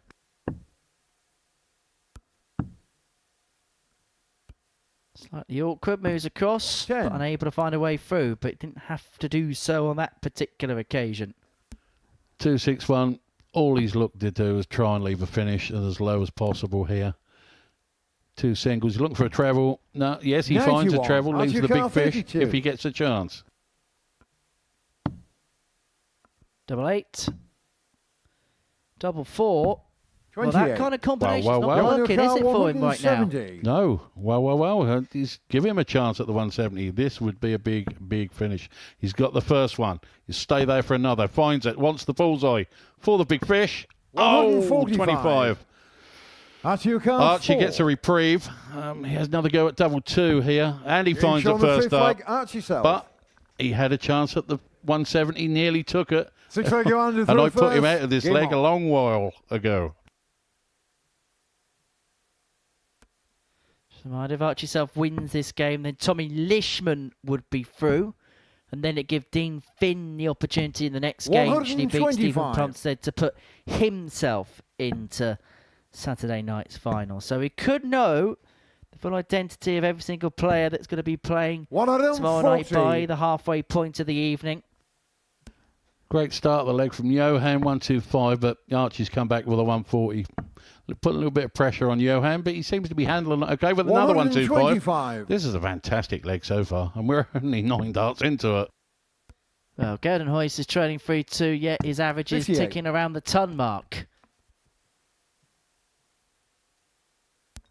251. No. I was expecting another couple of trebles. He finds one, though. Unfortunately, he doesn't leave a shot, but Archie's looking at 303. He's looking at 19s. No, that's not working for him. 58. Oh, it's on 303. That was more like error 404 for Archie Self there. Gelenho's 6 darts on 171 to take us all the way to a deciding leg. 89. Pick off with the last. Couple of times he's been able to do that. Save a particular visit with a last dart power treble. 92. Johan Ricard, 82. Well, he's left a finish, but Johan's looking at 82. Bullseye or 42? He's gone for the bull. 11, leaves 71. He's hit the 39s, double 16. 50. Just outside. So Archie gets a chance at 153 here for the match. Misses the 57. 76 scored. 85. Johan Ricard, 32. Johan, double 16 to level the match. Straight down the barrel and finds it. Lovely. Here we go. All square. Kept it together when Archie himself was really putting the pressure on, but Gelenho will need to break the throw of the 16-year-olds here to give himself realistically any chance of making it through, because even if Stephen Plumstead did do him a favour against Dean Finn, he's still got to do the dirty work, and he plays Dean Finn later on in the evening session, match number 7 of our night. It's a great start from Johan. Archie didn't start the leg particularly well, but he's certainly winding it up now. 200th 180 so far this week. A man of stats, Mervyn King. 58. And I counted them all myself. Not. I was wondering what that tally chart was. 57. However, 57 there does leave Archie on a finish. Gelenho looking to do something similar. He didn't like that first dart. 44. Seemed to come out of his hand a bit weird. I don't know whether he snatched it or not, but what a finish this would be to take the match. And unfortunately, he's found the 5 first dart. He's not going to do it. And also, Johan is not on a finish. He needs a couple of big trebles here to even consider leaving a shot, really. And Johan will be really disappointed because he's worked so hard to put himself in a decent position in this 94. game. But Archie 124. He's going to get a chance to win it here on the 1-2-4. Looking for 18s, missed it. Johan sitting on 170 92. again, the big fish. Is he going to have another chance at this? No, this time. Archie will come back, looking at double 16 for the match. 96. Archie will come Just that. 32. It's a double 16, which will send Tommy Lisman into tomorrow night's final. And to keep up his perfect record in this group, double 8, it's awkward because there's a lot of yellow flight 16. in the way. Johan will come 74. Johan's looking at 74 now, and I'm sure he didn't expect to get a chance at this. 63. Bullseye. 49. That was a well-thrown dart, but a little bit unfortunate there. And so this, to wrap it up. And again, it's awkward for Archie Self. Goes back to the drinks table and recomposes himself. That you can see from the overhead angle is how awkward it is. He's got next to no view of that particular target. One in hand for the match, and score. he couldn't nestle away through. Johan will come 25. So 25 for Johan. I would imagine that'd be 9. He finds 9, leaves double 8, and finds it straight in the middle. I'm sure, along with me, that you thought that Archie was going to take that 2 throws ago. I mean, Johan got chances there that I'm sure he didn't think he'd get. I certainly didn't expect him to get a chance. And what it means for Johan Gelenho is he's still in the picture, the first player to inflict defeat on Archie Self. And coming up after the break, Dean Finn takes on Stephen Plumstead.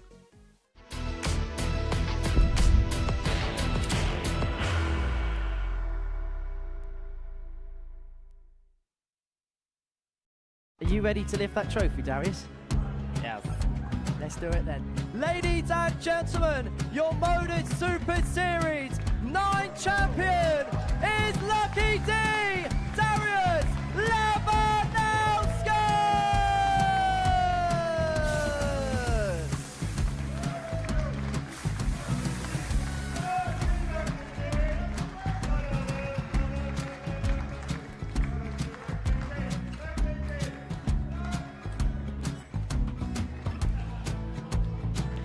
Well, what a wonderful night of darts we have seen, and we are ready. Our champion is ready, and it's trophy time. So receive the trophy. £25,000. The new Modus Super Series champion, the Terminator, Marvin Van Velzen.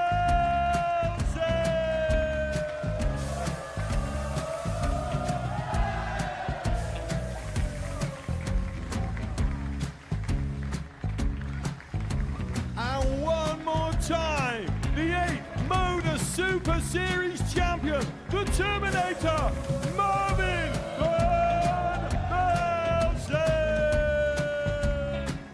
And the new Modus Super Series champion is Andreas Dirty Harrison.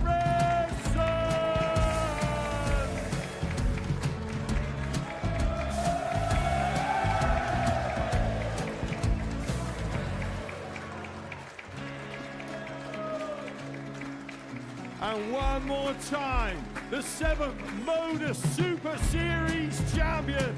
Give it up for Andreas Dirty Harrison. The moment we've all been waiting for. Would you please show your appreciation for your Series 6 Modus Super Series champion, Scott Taylor?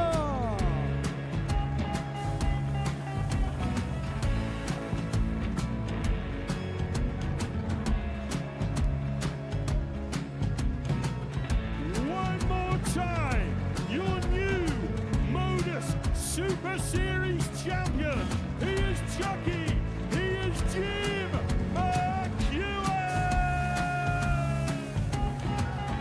Ladies and gentlemen, your Modus Super Series champion, retaining his title, the Nuke, Luke Littler!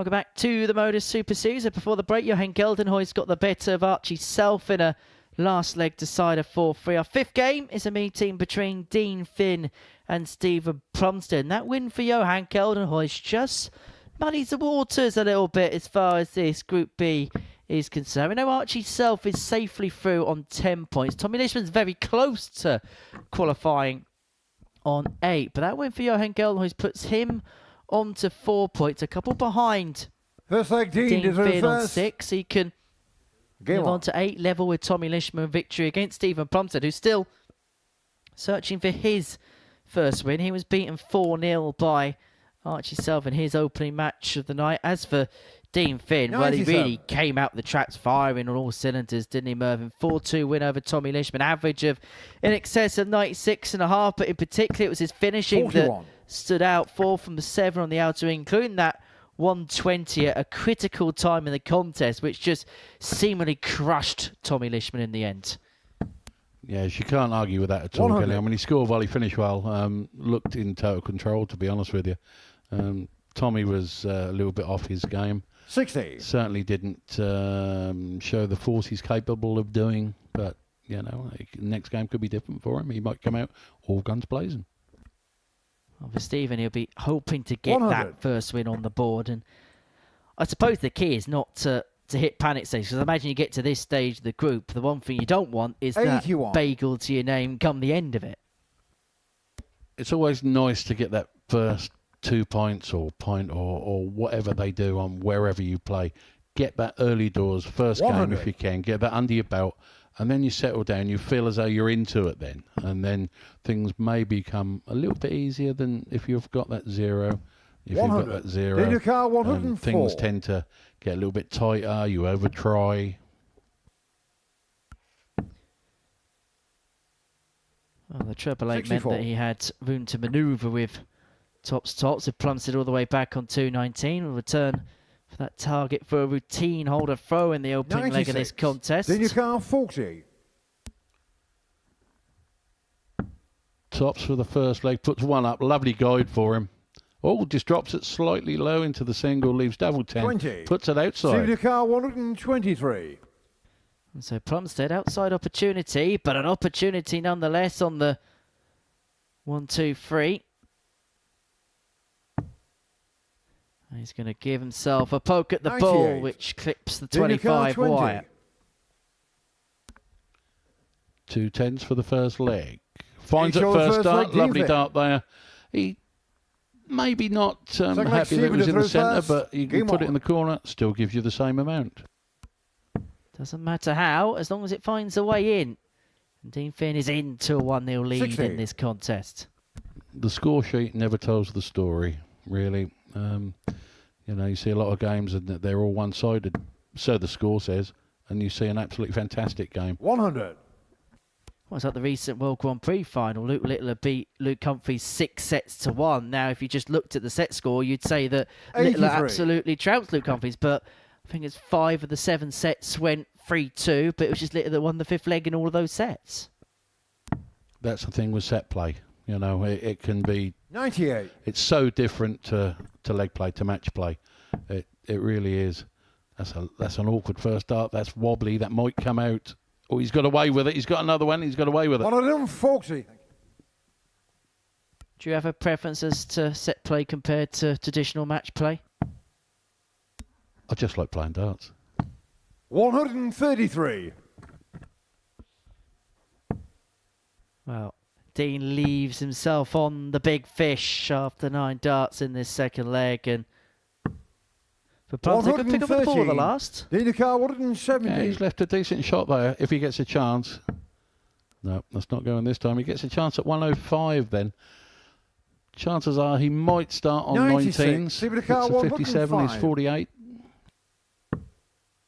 No, he's gone for the bullseye. Yep, double 16. Oh, that was 89. unlucky. It was a well-thrown dart. Can't Dean argue car with that. 74. He's had a chance to level up. Dean Finn with an opportunity to break and really have a vice-like grip of this contest. It's the target that he's just seen his opponent miss, which is the one he finds and fires him into a 2-love lead in this game. Third leg Dean to through first. Game on. Stephen's got the right smile on his face. It's another leg that's gone by and by. I'll whisper it quietly, but it's 0-6 now for the evening for Stephen Plumstead, and Dean Finn in no room and no mood for any sympathy whatsoever. Dean certainly looks confident and 140. definitely concentration when he threw full concentration on every dart. When you look at Stephen, he's got that resound look about him. Is it that sinking feeling possibly 81. creeping in for Stephen Plumstead?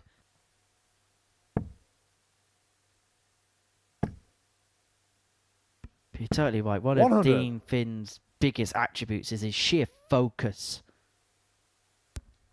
I mean, look at the concentration there. I see one blink in all three darts. He 100. blinked once. The sheer concentration is just fantastic, really, to be fair. And how difficult is that to replicate, 41. particularly with that kind of intensity when you think about a group campaign where you've got to play 4, sometimes 5 matches in a day here? If it comes easy to you, then it's not a problem.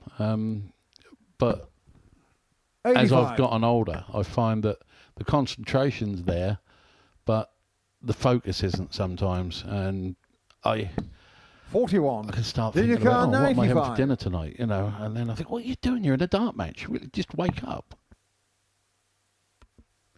Triple 20. Leaves himself double 8 for 3-0. 79. He's going to have time on his side. Plumstead nowhere near it in this leg. He's still smiling, bless him. He's still smiling and throwing well. Oh, 39. No, Then you can't deflection. 16. When your luck's out, it's out. When it rains, that pours.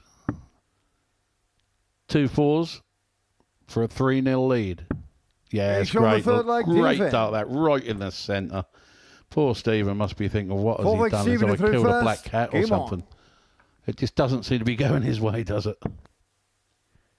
I'll check outside to see if there's any shattered mirrors or something. 100.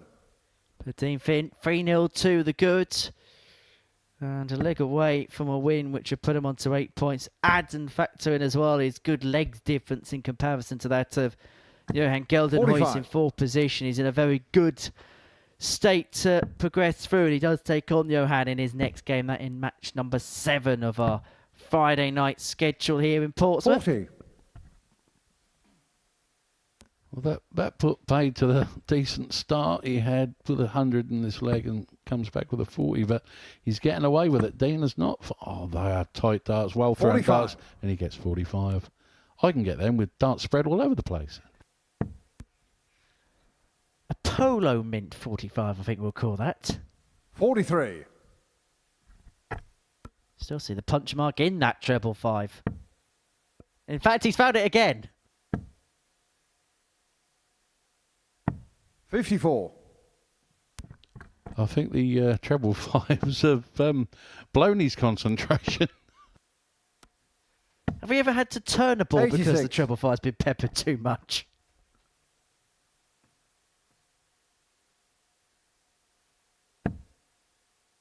That's a good guide if he can follow that down the barrel. Now it's too low.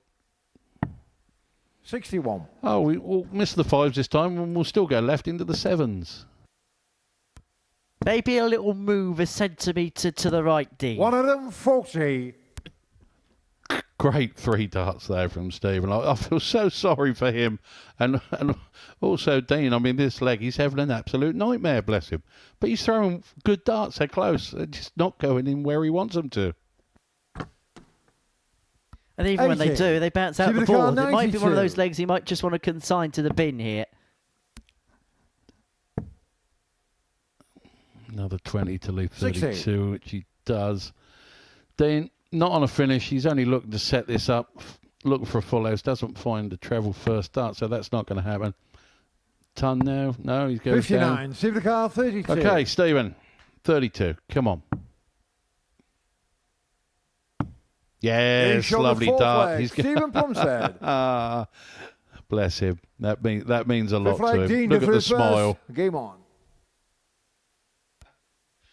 That is the look of a very relieved man, knowing that he's finally on the board for the evening. And maybe that will just relax him a little bit, because I'm sure he would have been thinking when he was 3-0 down in this game, I don't want to be brushed twice in a row, because all of a sudden the worst possible feelings begin to enter the mind. But I suppose now the first one's on the board, he can 81. just breathe a bit easier and maybe work his way into things a bit more. Well, you never know. Small things build into large oak trees. So, you know, acorns are small 60. and one leg is small. Let's see where it takes him.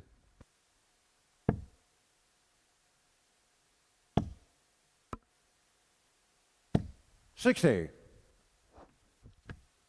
And look, we've seen so many times this best of 7 format. Plumstead could bring it back to 3-2. He'd have the dart to the next, and all of a sudden you'd make him favourite to take us all the way to a last leg decider.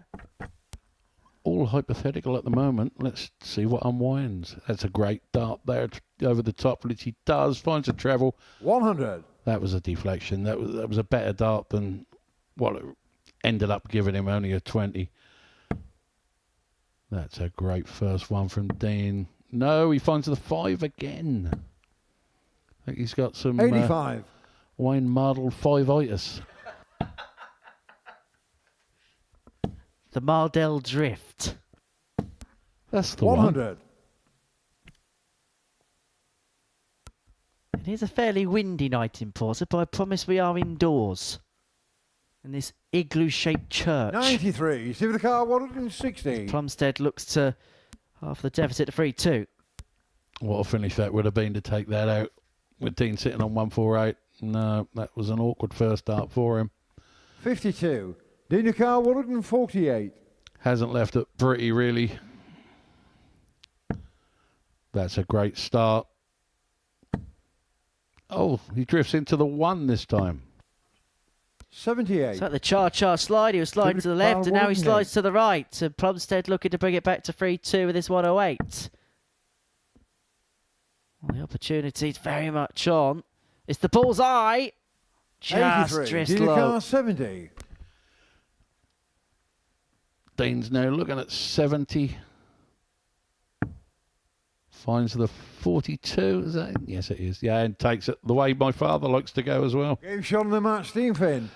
Yeah, that's another different way. My father used to go for 70 that way, but takes the match. What a great finish. Brilliant combination, and Paul Higgs did actually see he was in for a second. It was right in line with his eye of sight, but all's well but ends well, especially if your name is Dean Finn, because that moves him on to 8 points. He leapfrogs Tommy Lisman in the table, courtesy of that 4-1 success against Stephen Plumstead. Next up, Tommy Lisman takes an Archie self.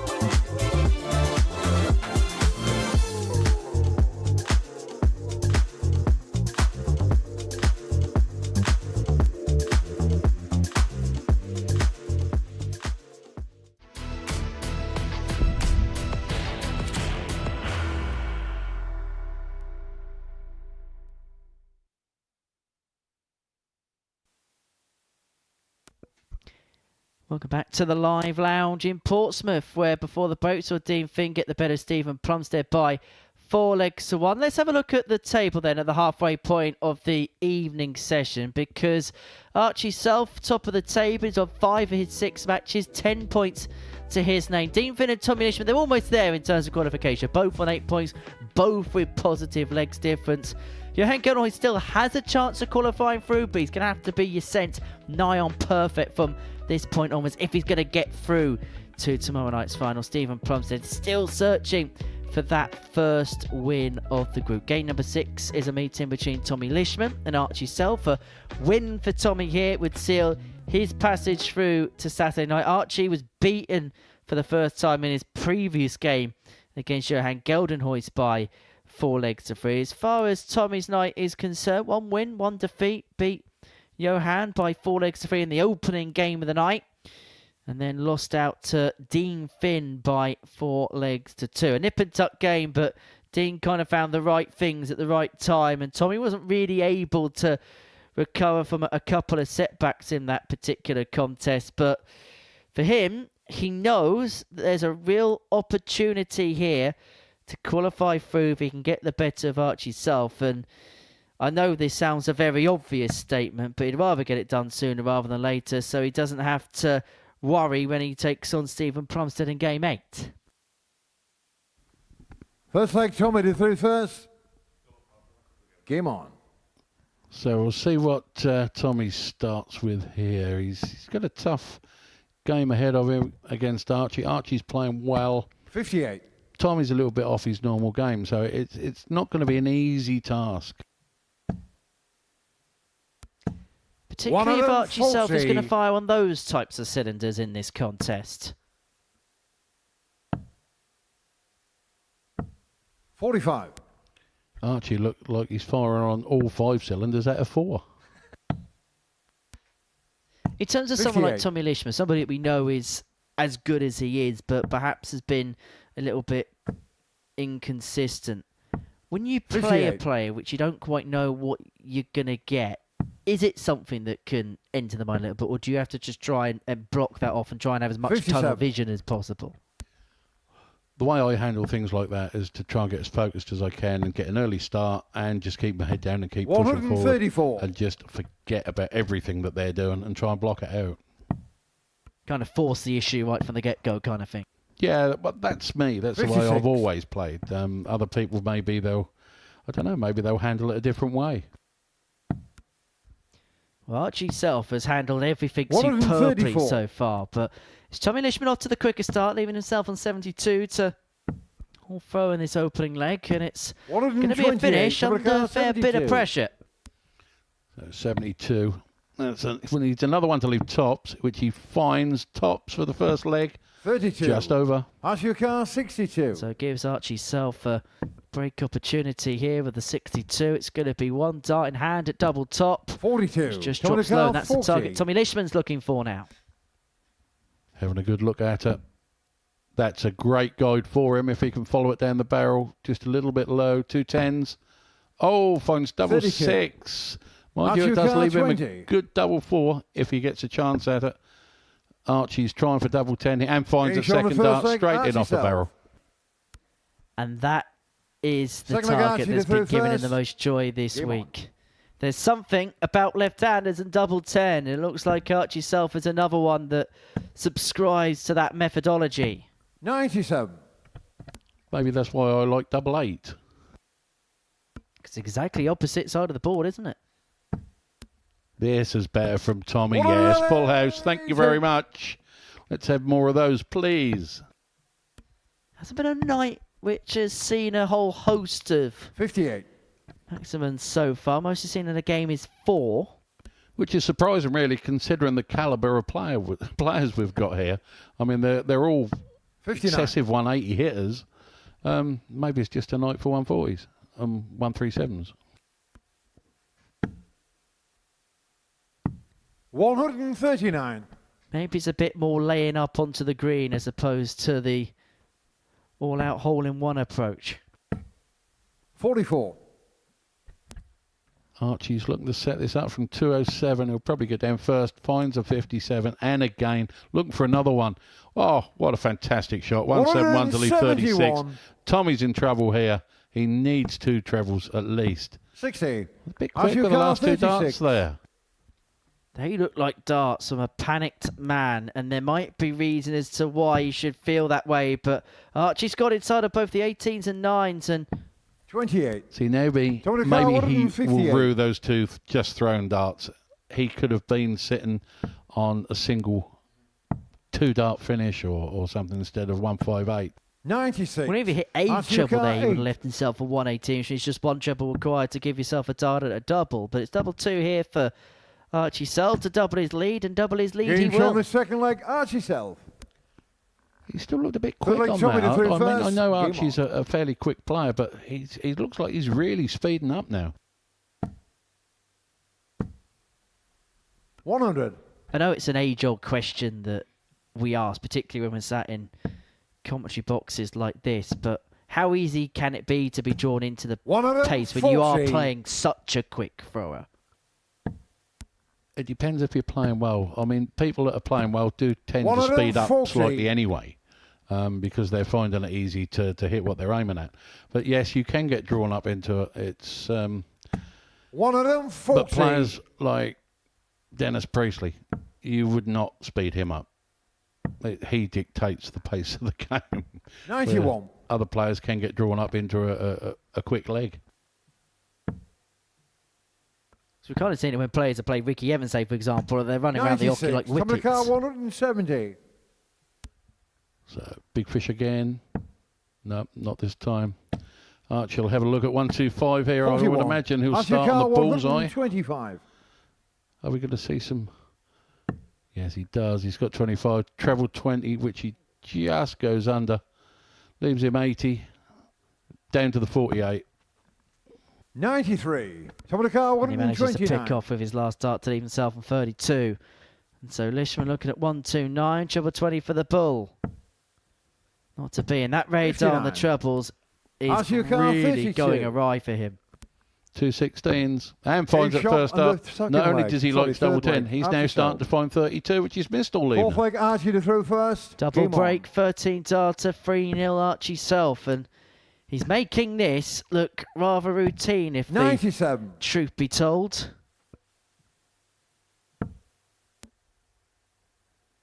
When you're playing as well as Archie is, 42. He can make anything look routine.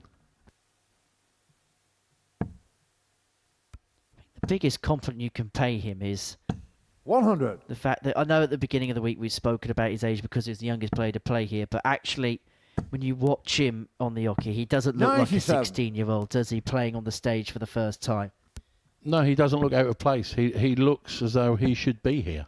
The way he plays, the way he conducts himself. As he hits another 180. Fantastic darts there from Archie to leave 124. Leishman's bang in trouble. Archie Carl, 124. 124 for Archie. Let's have a look. Now that to me surprises me. He's went that way.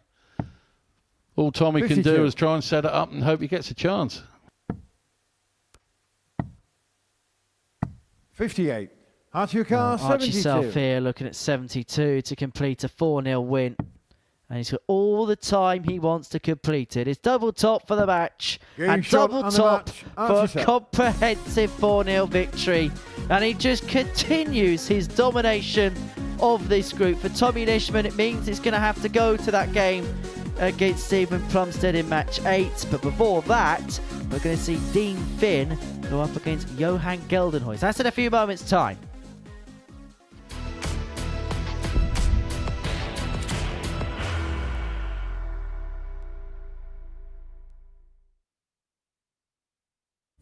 He will be disappointed with that. He wanted to have one dart. Requires 20.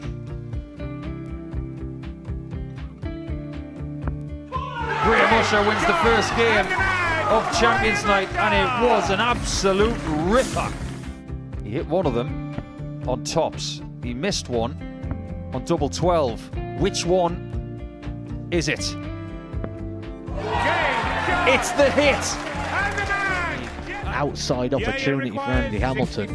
Van der Velde should be getting a match start again here. He's already had one Mr. Dart at tops for the match to win 4-1. And the Dart at double 16 gets the job done there for Jurgen van der Velde. He gets over the line with a 4-2-6. Did he go for tops or did he just overshoot the single?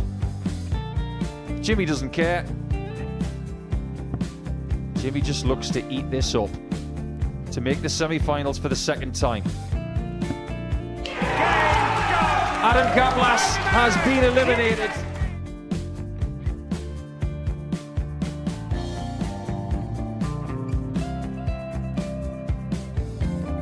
Keep us guessing. This time he's trying to leave double 18.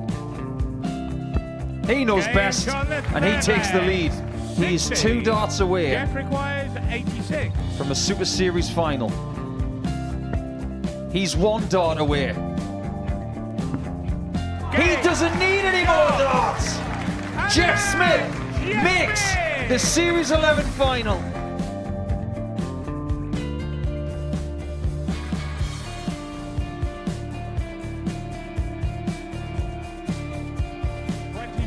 Is Usher losing his cool a little bit here? Oh, absolutely. Right now, I'd say the head's gone. And you don't have long to recover.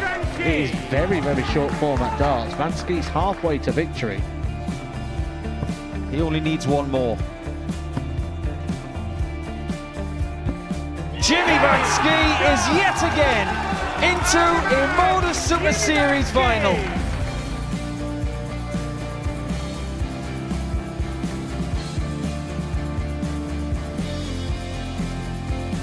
Flashback vibes. Can Jimmy Van Ski do the same? Just needs the 1 treble here on the 19s. Finds it. For the ball. 101. Oh, unlucky.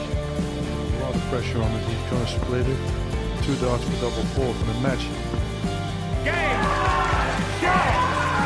And the Modus Super Series 11 champion, Jeff Smith.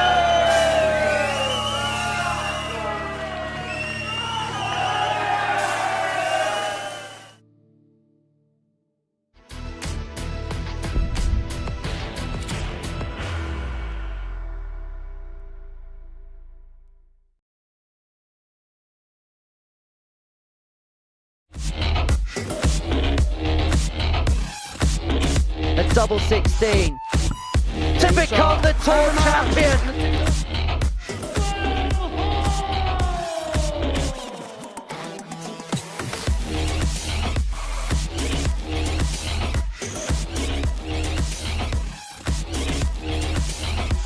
To end a fairy tale year of return of a title, double 4. WADC Windmill Championship Tour winner, Gemma Hayter! 100. But that is a visit of a champion. For the chance nonetheless, this will be the first topper of the Championship Tour finals.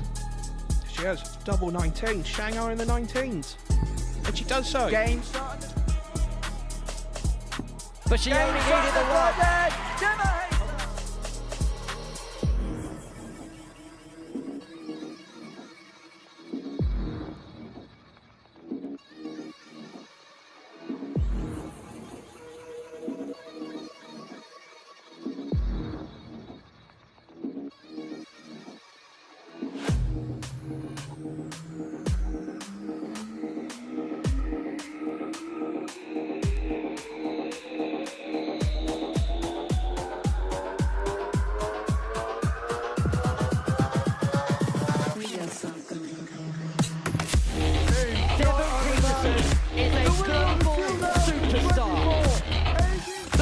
Of ADC Global Champion,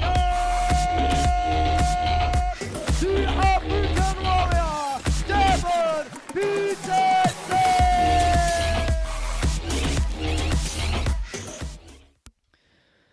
Tomorrow sees the 3rd edition of the WADC Tour Championship Finals. Gemma Hayter looking to retain the title that she won 12 months ago. Lisa Ashton is the #1 seed, already winning the Women's World Match Play this season. She's looking to add another major to her ever-growing cabinet of successes.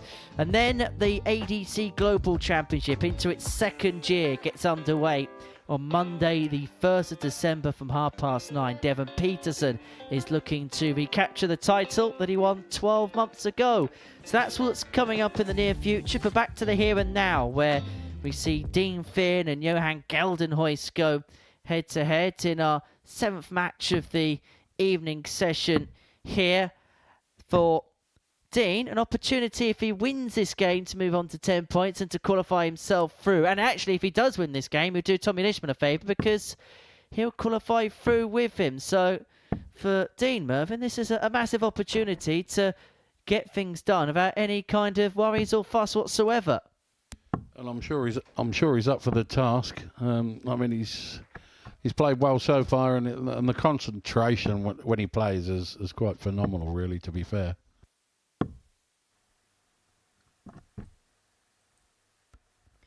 So both players and their final practice darts. This really is the most important game First leg, Dean, really that we've got left this evening, because Dean wins, then the fate of everybody will be sealed in this group. It'll be Archie Self, Tommy Lisman and Dean Finn that will qualify through to tomorrow night's final. Johan Geldenhuys once again getting into Group 59. B from a Group A scenario and failing to make it through to the finals night. And for Stephen Plumstead, I think he kind of knew what his fate was going to be. Probably before he walked into the building, knowing that he probably had to win all 4 to make it through. And as soon as he lost that first one, he knew that his chance had evaporated. But for Dean Finn, we spoke about his steely-eyed concentration in his previous game, and he looks fully locked in here.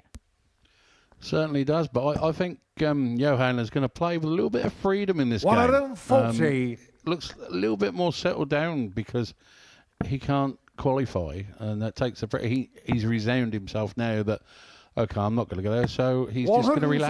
134. And how many times do we see players play their best stuff when they feel like their back is firmly against the wall? 60. Sometimes that brings the best out of somebody, out of a player. Other times it's when they relax, when they know they're out of the competition in the round robin or you're challenging. 145. Yeah, some people like the fact that their back's against the wall and they play better. 59. 16 Finn on throw, leading himself 65 after 12 to take out the opening leg of this encounter. 18s, 2 18s, and Game finds shot it on the lovely, first leg, lovely Dean 65 out there. He took the bullseye out of the equation Second there leg, instead of going for 25. First. Game on. A lot of people, it can put you off. Going for 25, hits the bullseye, and and then you fail on the shot out. He took that right out. 140. But again, doesn't look flustered, even if something goes on. I know we mentioned that the triple fives in the previous game, but even when he's had a dart like that, he's not kind of stood back for a second. He's just carried on. He doesn't let anything fluster him. Certainly looks comfortable. Has done all evening, to be fair. He had one leg there, as we said, when he was hitting the fives, and that was a poor leg from him, but, you know, he bounced straight back as well.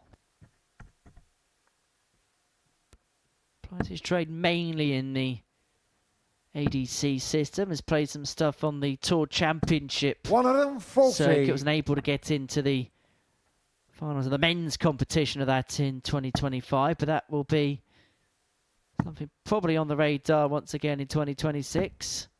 98. Let's look to set this up with 280. See, everyone now these days is looking to set the finish up when they're at 300. You know, it used to be sort of low 200s that you were looking to set it up.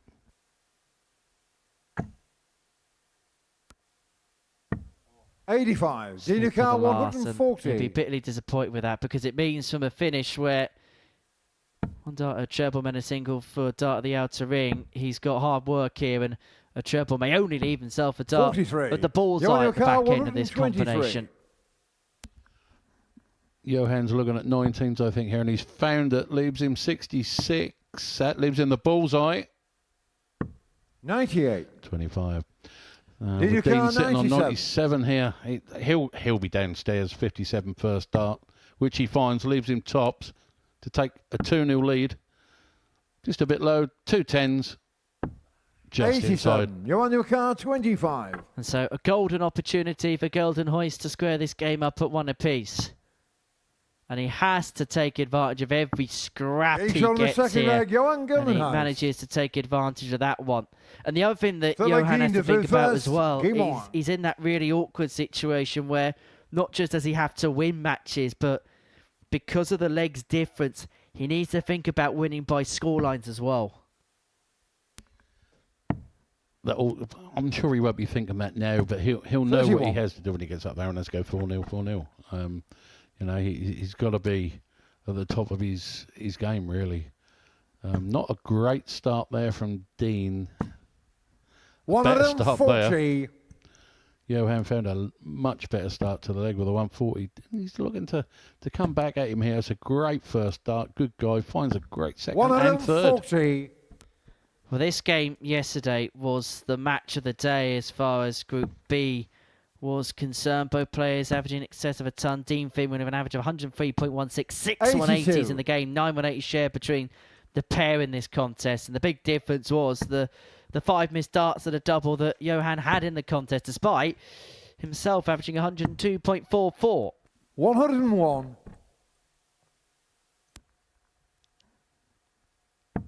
First dart, he goes upstairs on 279. I thought he might have gone downstairs on the first one.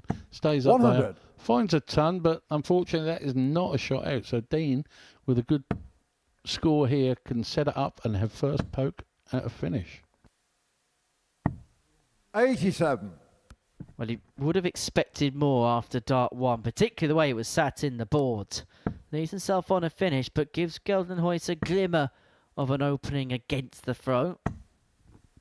50. Now he's caught Did you the car Dean 142? Finn drift. It's not the sort of thing you want to own as a drift into the 5. 110. Well, a beautiful pick You're of on the your car, board. He leads himself on 129. double 16 if Gelenho can't find the 129. But what makes this awkward is the fact that he needs to find with dart 2. He does. And the second double 93. 18 was on target, bar from a deflection off a dart 2. That was unlucky. That was a well-thrown dart. That would have Did been a you great car finish. 32? But now Dean's looking at double 16 to go 2-1. Oh, Game shown lovely the third dart. leg, Dean Finn. Straight in the centre. Johan has got to be feeling a bit Fourth leg, sick Johan with that to through deflection. first. I Game mean, on. it was a fantastic chance there.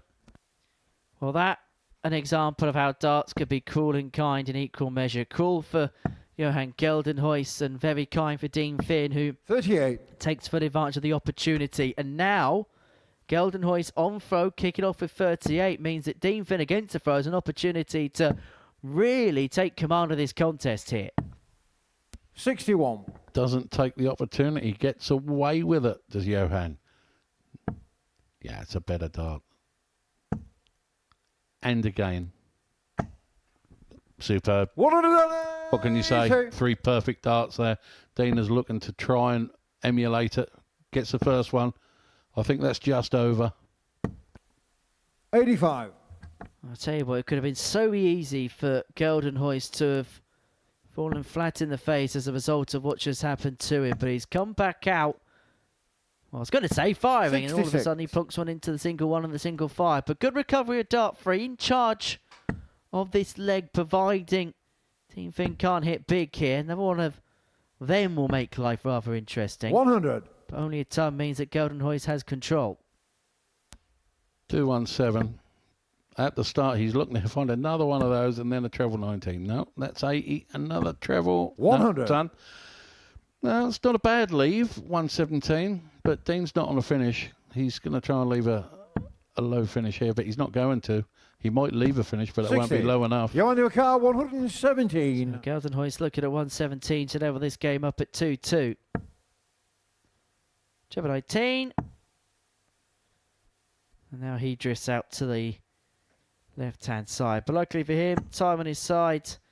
And when he comes back, 61. he'll return for 56.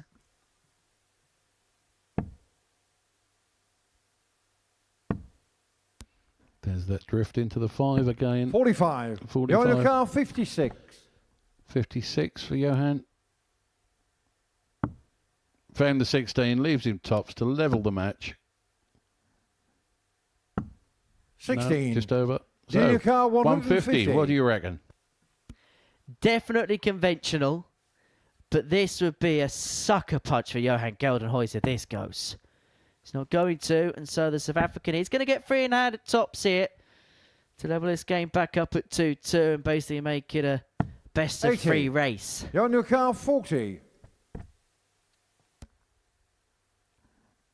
One up, one in. Oh, one under. 2 10s. 2 5s. 30. No. Junior car 70. Dean looking at 70 here to go take a 3-1 lead. Johan has got to be kicking himself. 3 darts at a double there. 14 he's got. 56. Tops he wants to go 3-1 up. Yep, thank you very much. That'll do nicely, says Dean.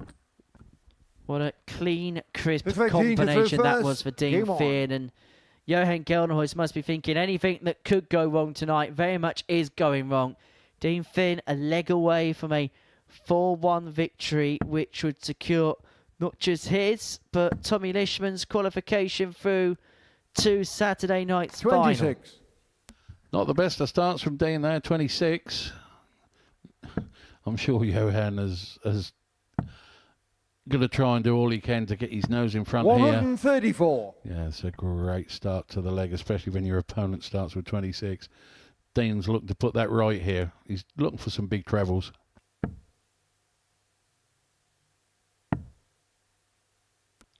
Talking about Johan's temperament a little bit earlier on, and even though there's a lot that's gone wrong for him in this game, you couldn't tell that in terms of his facial mannerisms. He's not let anything deter him. 84. If it is, he's not showing it. He's keeping that well hidden, so that's an awkward dart for him. Yeah, finds the 57. Another one of those would be handy. 96.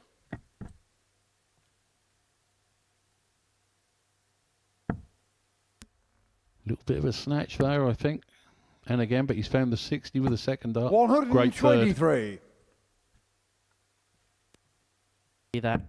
Well, now we do see that steely-eyed determination from Geldenhuys. And he's going to get 6 here for the 160 to reduce the gap to 3-2. And it would mean to have the darts in the next to take us all the way to a last leg decider. All about leaving it as handy as possible now. 100. Great last to leave 60 there. He's put a lot of pressure on Dean. I mean, all Dean can do is just tidy it up and leave a shot. But with him only wanting 60, I fancy his chances. I think, in fact, really do fancy Johan's chances 60. here. Potential 14 darter to extend the game. Double top for Geldenhuys. Game show on the 5th leg. Top Johan corner Geldenhuys. and still in the game. Still ticking along, back to 3-2, and this game all of a 6 leg under sudden through first. back on phone. Game A couple of questions for Dean Finn perhaps to answer. Let's see the start from Johan. What's he going to do? Snatch it into the 1. Not the best of starts for him. He's 41. let Dean in like Dean let him in last leg. How many times do you see that? A player gets a big breaking throw and then kicks off a troublous turn. He's opened up the door for Dean Finn, who manages to pile in a couple of power trebles, and all of a sudden, just when Geldenhuys must have been feeling good about his chances again, does he find himself on the back foot once more? 83. Good last to salvage that throw, to be honest with you. It wasn't looking great. That's a lovely first dart for Dean. 60. I'm going to stop saying that. He's missing out. Every time I say that, he doesn't follow it down. The Commentators Curse Club. We have a brand new member. 58. And one of the oldest. I'm not going back down that rabbit hole again.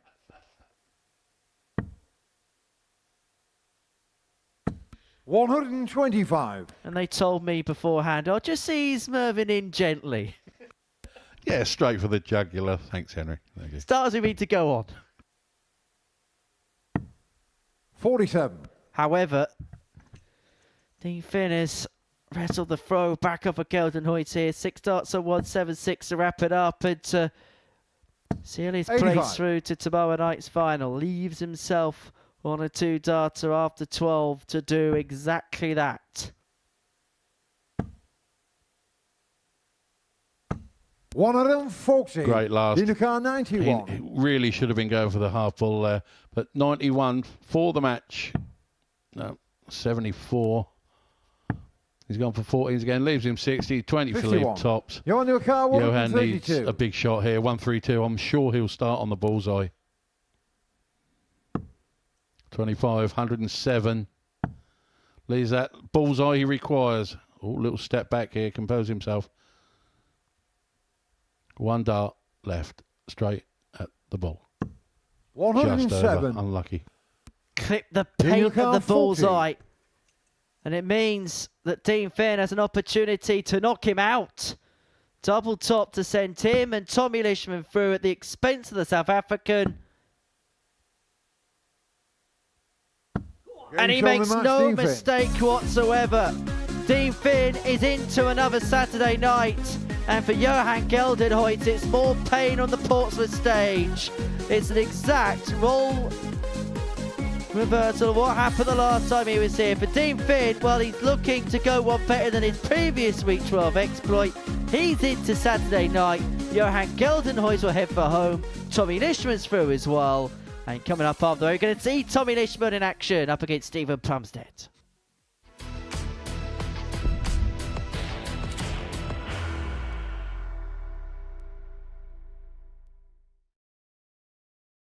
Are you ready to lift that trophy, Darius? Yes. Let's do it then. Ladies and gentlemen, your Modus Super Series 9 champion is Lucky D, Darius Labanowski!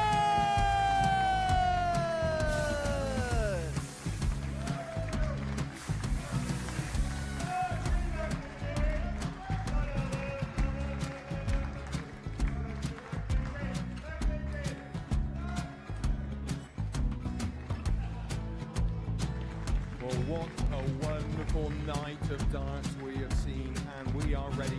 Our champion is ready, and it's trophy time. So receive the trophy. £25,000. The new Modus Super Series champion, the Terminator, Marvin Van Velzen.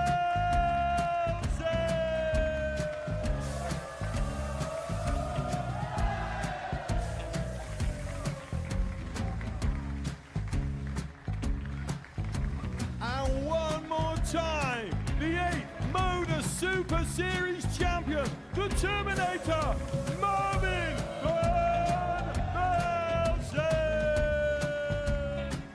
And the new Modus Super Series champion is Andreas Dirty Harrison.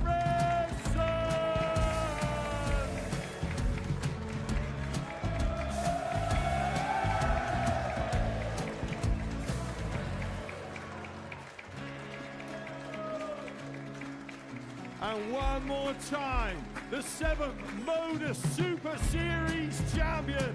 Give it up for Andreas Dirty Harrison. The moment we've all been waiting for. Would you please show your appreciation for your Series 6 Modus Super Series champion, Scott Taylor?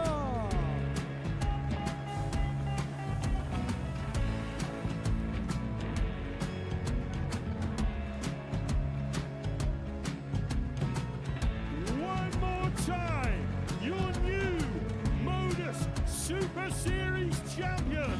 He is Chucky. He is Jim McEwen. Ladies and gentlemen, your Modus Super Series champion, retaining his title, the Luke Lidley!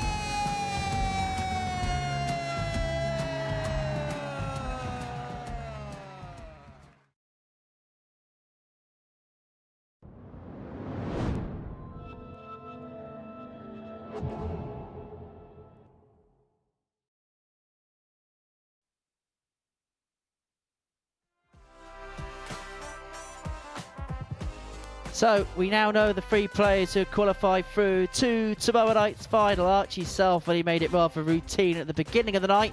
And because of that win for Dean Finn against Johan Geldenhuys before the break, he and Tommy Lisman have confirmed their places through. For Johan, once again, it's another Group B campaign that's going to end in disappointment. As for Stephen Plumstead, he's going to finish his campaign now against Tommy Lisman. In fact, he's going towards the final couple of games of his night, shall I say. Plumstead taking on Lisman, game 8 of our session, looking to get off the mark in this group, yet to win so far, but opportunity knocks against Tommy Lisman, who, if we're going to be honest, hasn't been at his rip-roaring best this evening. Just the 1 win so far for his evening. He'll finish his complement of 4 matches once this one is done. Game on. And for Tommy, I suppose for him, what he'll be thinking is, right, I've qualified through now. Let's go out with a win. Give myself something to feel good about going into Saturday night's final. I'm sure he'll start feeling more relaxed now. He knows he's through to tomorrow. He doesn't have to fight too hard. So, maybe he'll relax and grow into the game now, because he's 100. definitely not been at his best. He's a far, far better player than he's shown this evening. Yeah, meeting between 2 players who 56 will feel as if, probably when they walk out the building, as if maybe not a little bit more was left in the tank, but they know that they can play better than what they've demonstrated 45 at times. For Stephen, it was a late call-up for him. Only got the message on Sunday evening that he was going to be playing in this group, and because of 43. the fact he's been playing a lot on other circuits, the idea of annual leave was not even a subject to broach. So he's been working today, having played last night. 121. So he's burning the candle at both ends, is the man from Fareham. That could have something to do with 58. why he hasn't played better than he actually has. We all know we've all burnt the candle at both ends, and it never works. never ends well. 99. And that's, I suppose, one of the things about being a semi-professional, which most of the players who play in this competition are. And as I say, because it was a late call-up, working things out with bosses and that Supercar 96. isn't as simple as perhaps you may think.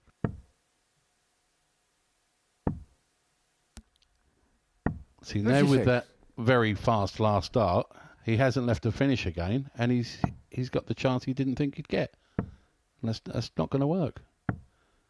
53. So, Supercar Stephen 40. now, look for tops for the first leg. Takes sure that the lovely first leg, right in the middle. You Stephen can't get a Plumstead. better dart than that. That's fantastic. Well done. Second leg, Tommy to 31st. Game on. So Plumstead seizes the early initiative in this contest. Got 2 more opportunities to get that first win to his name. Takes on Johan Geldenhuys in 96. the last match of the night. It was just a hold of throw, but he held it well. 83. There was no danger there at all, and he took the tops nicely, straight in the middle. Tommy now is looking to score a little bit more. 105. That leg means that Tommy Lisman's going to finish 3rd in the table. So we actually know all the positions in the group 100. now. Archie Self on 12 points, the winner. Dean Finn, 10 points, going to be one up of the group. But they do play in the next game. Geldenhuys is going to be 4th. Lisman 3rd. Plumstead last. But that 180 there for Lisman leads himself on a finish after 9 on throw here. Another nasty deflection there for Stephen. 41. I mean, Tommy's Tommy's now looking at 120. 120. I'm sure he'll quite fancy this. He's got the first one. He needs to miss that dart, which he does. Either side, and finds it lovely. Second leg, Thank you Tommy very much. Lisman. 2 ton plus checkouts, see, and both of them being 120s. Stephen Dean to Finn 31st. with 1, and now Game on. Tommy Lisman with 1, and we're back on level terms. 1 apiece. Now, Dean Finn actually can finish top, but the only way he can do so is if he beats Archie Self 41. by 4 legs to 0 in our next game. Is he going to find another 180 here? 140. This is more like the Tommy Leishman I know. This is more like it. Score him a lot heavier. Stephen's still smiling, bless him. 40. Is this Tommy Lisman unleashed? Try saying that after a couple of beers. 137.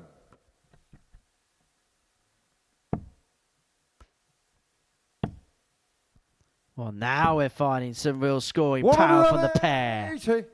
That's more like it. Well done. Well done. Lovely comeback at Lisman there, who doesn't even blink an eye, just carries on doing what he's doing. 82.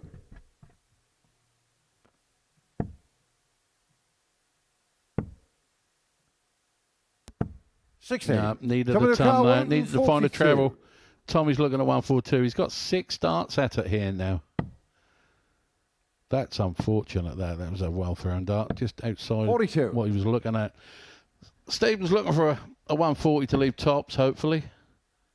I'm sure that's what's going through. Not now. And he's still smiling. Well, the problem Stephen had is because his darts sit up. That was the worst 50. first dart he could have possibly had, knowing that he pretty much had to stay there. Lisman will look at tops here, finds the first. A second would mean back-to-back ton plus checkouts, and he finds the second tops. And he really is beginning to flex his muscles now. He leads 2-1 back-to-back ton plus finishes. Talked about that with Glenn earlier about the way his darts go in the board. They really do.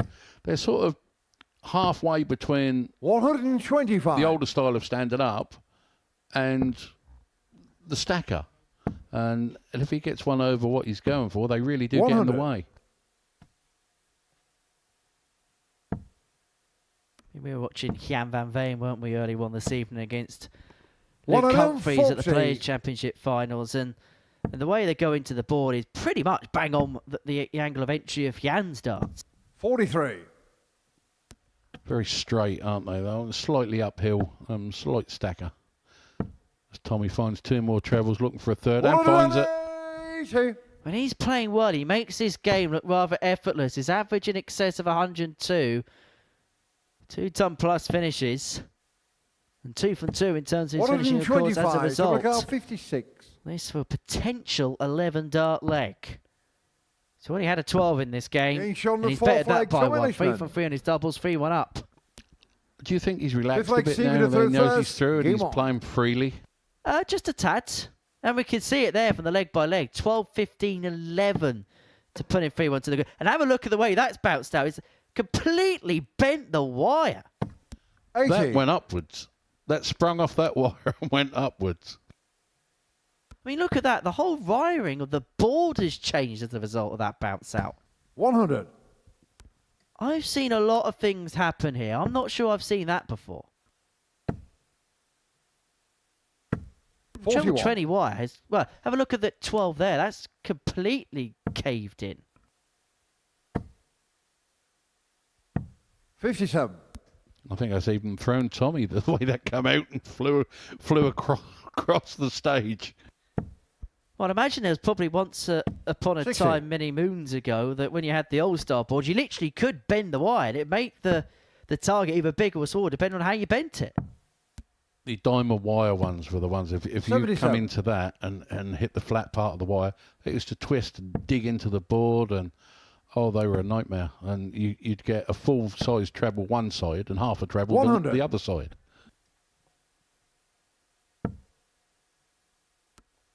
How technology has changed. 97.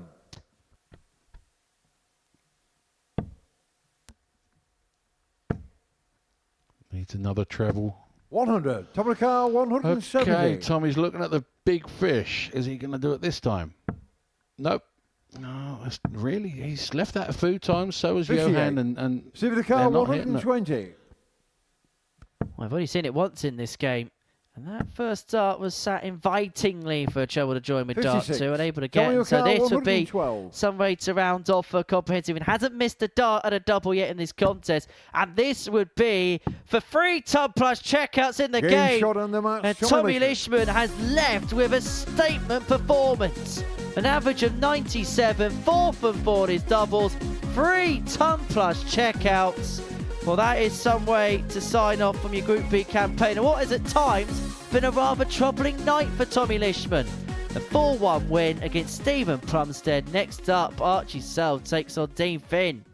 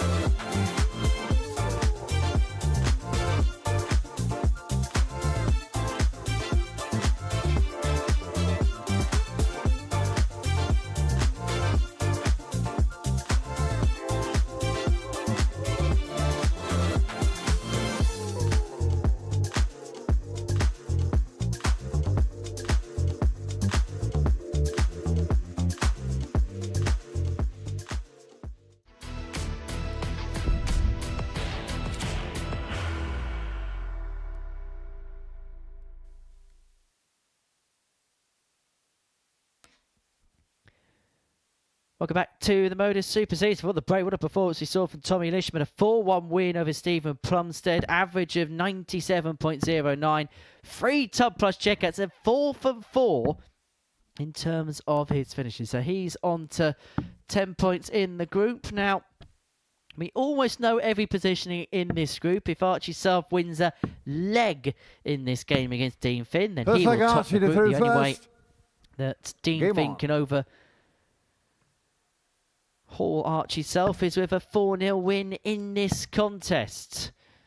And in terms of both players' nights so far, Archie got off to a 4-0 win over Stephen Plumstead. Lost 4-3 to Johan Geldenhuis in his second game, but recovered well with a comprehensive 4-0 win over Tommy Lisman. For Dean Finn this evening, he beat Tommy Lisman by 4 legs to 2 of an average of just under 97 in terms of his finishing. Then beat Stephen Plumstead. Wasn't a classic game, but he was able to get the job done. And he beat Johan Geldenhuis by 4 legs to 2 to seal his qualification. So a win here would actually see Dean Finn win all 4 matches and complete the card on this Friday night. This should be a quality contest. 26. Just as he hits 26. 2 quality players, and I'm sure this is going to be a hard-fought win for whoever takes it, to be fair. I can't see Archie not taking a leg here. I just can't see it happening. 140. Denica 170. Well, Dean Finn's got 6 darts to take the opening leg of this game. Well, the fish has been scared on a few occasions, but we're not going to get a look at the bullseye release at the back end of the combination this time round.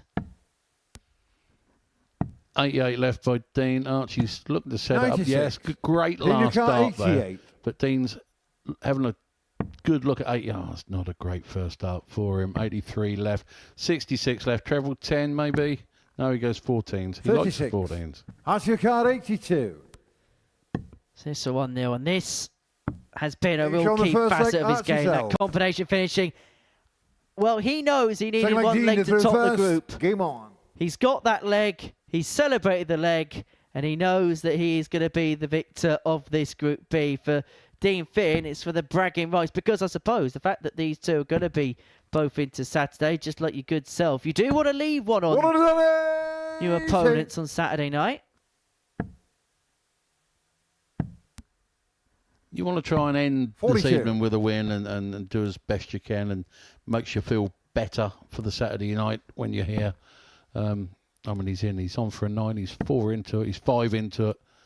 Another one straight in the middle. He's out. He's on for it. That's 6. He missed double 12 for this yesterday evening. Can he go one better? Mervyn King, no way there could be a 9 dart on your debut night in the commentary box, could there? You never know. I think he just answered your question, no. But who knows? There's still other legs to go. That was a well-thrown dart. He didn't go under it. He didn't pull it. He gave it enough chance to get there. Archie way back here. Dina's going to return with 85, as Archie only hits a 60. Dina 85. It's double top for a potential 11 darter. Game shot on the second leg, 12, defense. and we're back on terms, 1 apiece. Third leg Archie to throw first. Game on. Quality contest so far. I mean, it's second leg and he was on for a 9. 100. You can't get a lot better than that, can you? It's not bad for 12:30 in the morning. Or 19. evening, however you want to call it. Just used to playing darts of an evening and not early in the morning. 96. It's become a thing now. Also, Modus and other challenge tours, for instance, starting at 9:30, 10 o'clock. 60. It's never normally heard of. You know, darts was an evening game. It's how it's adapted now, how it's evolved. It's just totally different. 55. Is that partly down to the further professionalisation of the sport?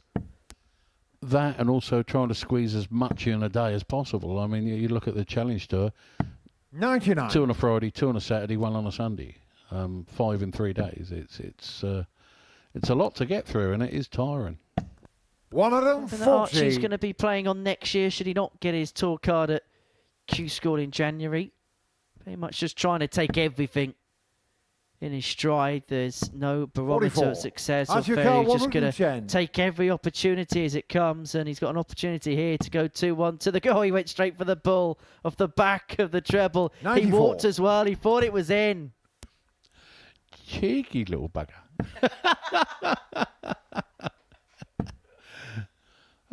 Confident though, confidence. What a great three there from Dean. Well, what a fun watch this is. Getting shown the third leg. Archie fires a double 8 to lead 2-1. No different than Dean to go throw bullseye first. first Game start, on. I suppose, and two doubles. It's just you don't see it very often. 110-60 ball. It just doesn't happen very often. The cheek of the little man. It's nice to see though. His confidence. I'm sure our 55. spotter's going to have one or two words to be said about it. Wow, how about this? 4-8 of the game. And another chance set up for a 9-dart finish by the opposite player this time. Who knows? 66. Well, if Archie Self was to, he'd be the youngest ever player to do so on the telly. Lulu has had one on the stream, but not on the TV. 99. At the age of 14 in a JDC tournament.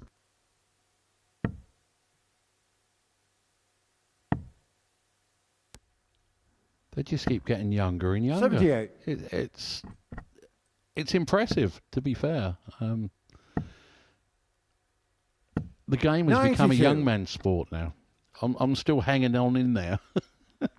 And it's not just in the UK. I mean, there's a delegation from Mongolia that are playing in the JDC World Cup in Gibraltar. They've actually been based in Portsmouth for a few weeks now. And there's one player who 28. is 15 years of age. And he's Archie Carr, beating up 130. some of the top players in this local area. The likes of your Adam Lipscombs, your Steve West. Brandon 80. Reening played one of them yesterday. Or shall I say Wednesday? Now, hang on a second, Mervyn. I think Archie Self's in a move with 50 left Archie to go. Carr, Paul. 50. He might do. He might well do. Was that a little smile I see there? Yeah, a little smirk. No, not this time. He was James thinking on the about fourth it. leg. He went Archie Self. conventional and he's 3-1 to the good.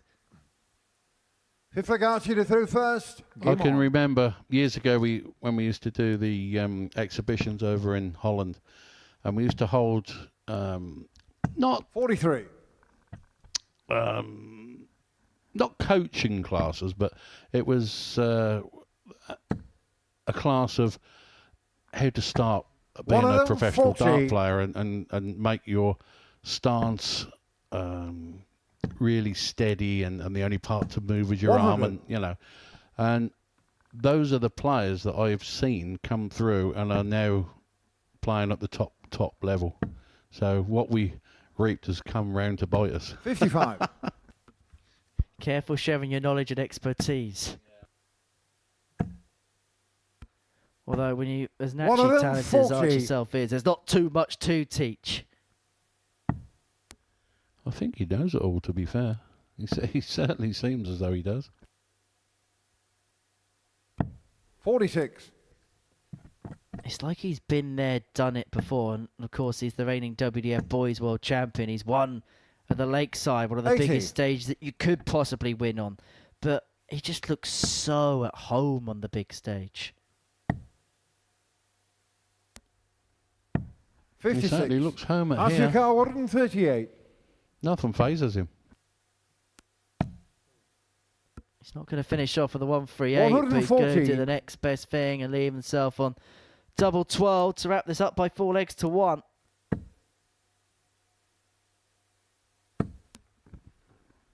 $135. Great Archie darts Carr, from, there from 24. Dean, but Archie looking at 2 12s for a 4-1 win. Dean Takes showing it the match, first Archie up. Self. Thank you, Dean. He was looking for 1 leg. He gets 4. Thanks very much. He's going to be top of the group, Archie Self, going into Saturday night's final. Dean Finn will be there as well. That's a tale of the tape from what was actually quite a fun game to watch. Our final match is a meeting between Johan Geldenhuys and Stephen Plumstead. That's coming up next.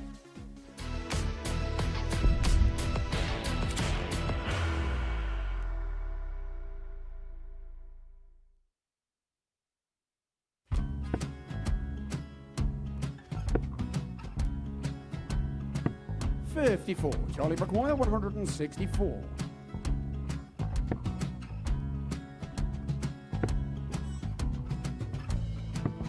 44.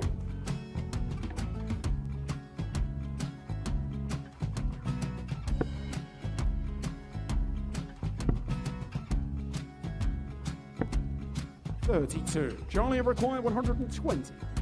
Well, 120. He's got a fair, at least 2 handfuls at this.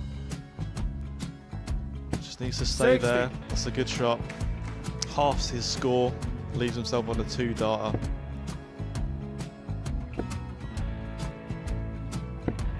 $26. Charlie Time on his require side 60. to become back-to-back singles champion.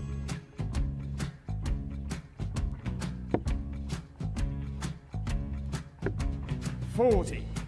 Definitely a couple of nerves in those last 2 darts. But he'll be coming back. The moment he's been in before this situation. Standing at the back of the stage, Charlie approaching the require Archie with a 20. chance to win the title.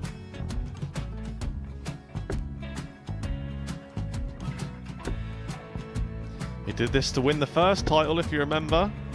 11. I think he's gone. Georgia I think require he's gone to 118. bust it, maybe. The first title he won, he wanted 20. He went 6-7-7 to win it. He had a chance to replicate it again. Yeah, I get the feeling that was for a bust. And 39. on that Charlie situation there, George require Gave wasn't even 9. able to take it out going to the 18s on that switch. Yeah, I think he just panicked a bit, but he's done well to get that big one. Sometimes can be the hardest part. Georgia requires This is it. 79. It's got to be 19s. It's got to be 19s for this shot. Big 20 and a double. He's got the first one. He's going to get a match dart here.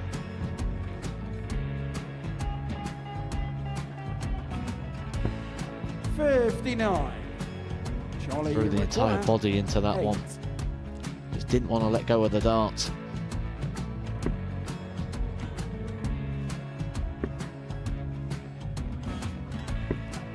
No score. He's given George a chance. Georgia require 20. I think George has been quite good on double 10 today. So many opportunities for Charlie Murphy. Go Couldn't get the job it. done. Got in the match! And the Red Dragon George Modus Skate. Super Series Influencers Champion, George Skate!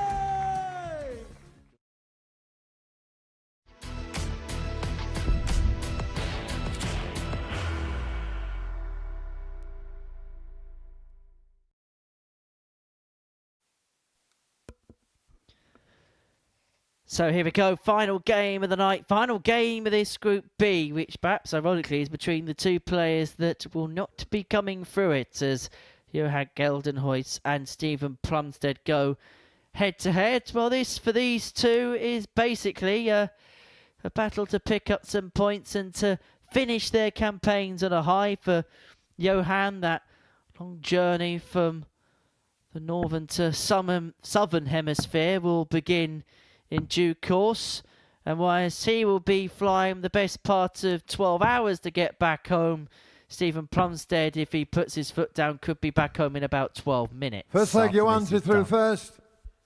Game on. Not a lot of difference there. Johan, he'll head back to South Africa, try and re-qualify for this again next year, and 85.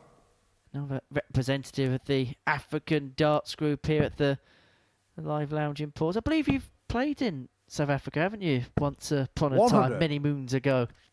Yeah, Durban, I think. We were for the World Cup. That was an eye-opener, definitely, and we were told to stay where we were told to stay. 60. Not venture too far off the beaten track, which we didn't. Apart from where Mr. Fordham wanted to go to 60. a new friends of his bar. So we paid that a visit and then got a cab back, but yeah. And I suppose when you look at the way the game's internationalised, and you look at regions like Africa, regions like Asia as well, which have really progressed over the last decade or so. It's where we've kind of seen the game internationals where, again, 45. 10, 15 years ago, it was mainly a European broad church, and maybe the odd North American may be added into the mix. I mean, we did actually go to South Africa, 2009, I think it was, before the World Series of Darts took off. It was sort of a pilot one of those, and managed to hit a 9-dart finish there and got 110,000 rand for it, which might sound like an awful lot, but it works out then to be about 10 grand. Now it's worth about 4. 100. Funny how things change. Well, Johan Gelenho has actually had a 9-darter hit against him in this building before. 41. Johan Jared Nukar, Cole 138. being the recipient of that. And they've both done exactly the same thing in this series. Go out in Group B. 64. So, like, Jared will never hear that. Stop making me laugh. Don't do that. 42. Me make someone laugh Johan the first Nukar, time 74. for everything. Anyway, 74 for Gelenho.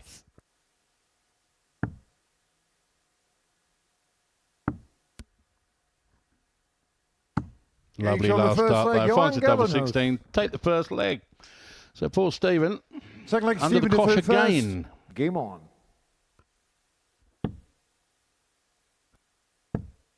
Well, that is 61. precariously placed. It was like a loose tooth, wasn't it? Just ready to come out at any moment. I didn't think I was going to stay in at all there. 125. He managed to take it out the ball at the end of the throw. The way it went in, and again there, done it again there. It's just the way his darts go in. It makes them loose, I suppose. They certainly don't seem to hold the ball very well. And the other thing that's done as well is because he's had to venture over to the 18s, he's left himself on 3 for 8, which means that even 45. with a max, he can't leave himself on a finish of his next turn, whereas if he's able just to stay straight on the 20s, he'd be on 350 or something of the ilk, and he'd be able 60. to, with a max, leave himself on a finish. That's what I mentioned earlier. They're looking to leave a finish from 300 plus. You know, if you hit a 180 and leave 163, that's no good. 140. You hit a 180 and leave 170, happy days. Well, Paul Nicholson was here the other week, and he was talking about pre-bogey numbers. Numbers which basically, if you hit a max, will leave 43. yourself on a bogey, and trying to not leave those numbers to maximise the chances of winning a leg in viewer visits. Sometimes too much of that can be looked into. To be fair, 45. it takes your mind off the actual game itself and the bigger picture. Instead of trying to leave the pre-bogey numbers, instead of concentrating on the actual throw and trying to hit the 180. 60. However, we know one thing Johan about Paul Nukar, Nicholson, he was never one to 146. really think things through, was he? I say with irony in my voice. Not much, no. It's just flippancy. 45. Should have really mentioned his name next to you on Players' Championship Finals weekend, should I? You're having another dig, aren't you? 95. Yeah, Johan Nukar, 101. What time did this finish? Where's your car parked? I'm not telling you. Well, 92 was remaining after the 34. first dart into the single Stephen 9. Nukar, 90. Plumstead looking at 90, may just be a dart at the bull here. Well, it may not be anything.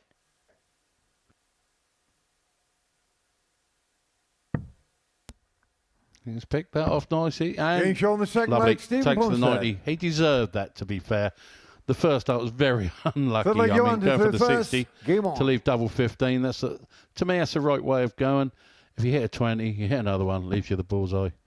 He was just a little bit unfortunate there, but he got back and finished it well. 97. Yeah, really good recovery. We're back on level terms at 1 apiece. And of course, Stephen Plumstead still looking for that elusive victory. And again, that first dart 60. caressing the top wire. His dart must go in the board and then sit down instead of going in that angle. His must. 140. He needs to be further away from the walls or in between them. And he does it again, look. That really does. See, 80. that doesn't. They don't, because they were not that close to the wire. With that first one right above that wire, it really does make that jump. 94. Well, we've seen this attempted a few times. Now that's the perfect dart for Stephen Plumstead. And that's a perfect visit for Stephen Plumstead. And he gives us a bit of gumption. 170.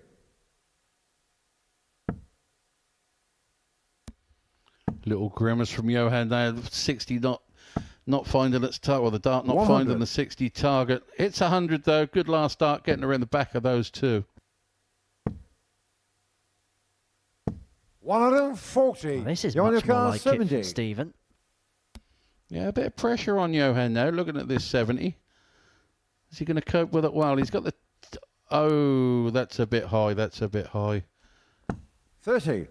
Stephen Carr, 41. Possibly a tired dart, but he may possibly find himself behind. Game show on the third leg, Stephen Plumstead. 16-14 darter.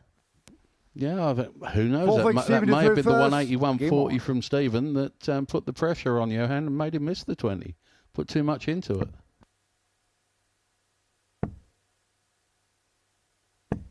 85. Well, he's certainly playing better now than I've noticed all evening. So, fair play to him. He's digging in, even though it's a game that isn't really going to give 60. him anything, apart from a little bit of pride. And we all know that that's high on the agenda at times. Is it a case of maybe the shackles are off 100. now? Yeah, it could be. I mean, he's probably throwing a lot looser and a lot freer. He knows his fate, and he's just trying to play for a little bit of pride. 41. And of course, invitations here are very hard to come by, and there'll probably be something on the agenda as well. Press enough to come back for another stint 46. in 2026. It's been the final week of regular Super Series action this year. So you got a late call up, so that's got to stand in his favour. 140. He was willing to do it, and you know, maybe they'll think of him next year and give him another chance. Series 13 gets underway 64. in the middle of January. Finish this week, then we get into Champions Week next week, then the Global Championship, double start specials week to end 2025, and then we'll confirm the 2026 calendar 90.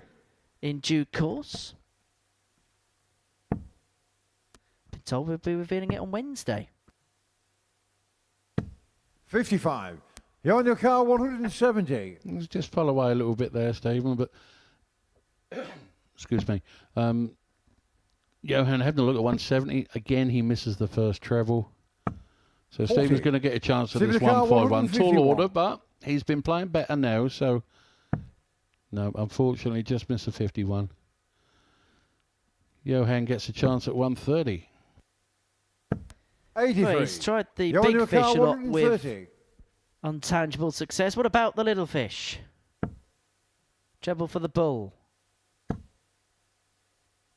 Well, this is a great chance here for Plumstead to move 65. too clear. Stephen Carr, 68. It's quite a nice shot as well, 68. Well, it's hanging in there. Yeah, keep away from the tops. Finds it Game well, shown on the takes the fourth leg, 68, Stephen takes his Plumstead. chance. Thanks very much, Johan. And Before now Johan to throw finds first, himself game one on. away from victory. One away from that elusive victory he's been trying to search for the last 2 days. 3 from 3 140. on the doubles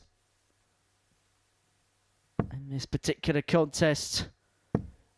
And I bet there's a little bit of him, despite the fact he'll be 100. pleased with the way things are going, where he'll be thinking, where was this earlier on? Maybe not now. I mean, he's concentrating on the game in hand. As we say, he's probably playing for a bit of pride. So that's the 80. first thing in his mind. When he finishes this, he'll look back at this game here that he's played, win or lose, and think, why didn't I play like that earlier? Then he'll have the time to think like that. On his long drive of about 105. 5 minutes. That's plenty of time to contemplate. Never know, 13 minutes if it hits a red light. 60. Then we'll be hitting anything, really.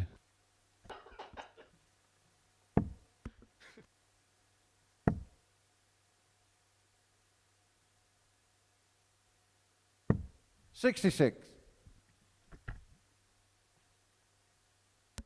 Come on, Johan. Find a 60. That's a great guide. Yep, there it is. And again. 100. Oh, little snatch over that last one, Henry. So, he's himself on a finish, but how high did Plumstead leave it? Another one here leaves him on a 2-darter. 100. You're on your car, 121. A bit of pressure on Johan, 121. Oh, that may have worked. Stephen's now got a chance at 130 for the match. That pressure with that ton may have been enough. That's a good dart. Found the 60. Wants the ball. I think it's Game it. shot Yes, in the he's match, got it. Stephen Plumstead. What a finish, and Stephen Plumstead has got that elusive victory. A warm embrace from the pair for Johan Geldenhuys. Once again, Group B hasn't quite worked out for him, but for Stephen Plumstead, he's a winner. It's taken him a while to get those elusive 2 points, but 2 points he has got. He's beaten Johan Geldenhuys by 4 legs to 1 in the final game of the night. Myself and Merv are going to head to the studio in a few moments' time, where we'll be speaking to Archie Self.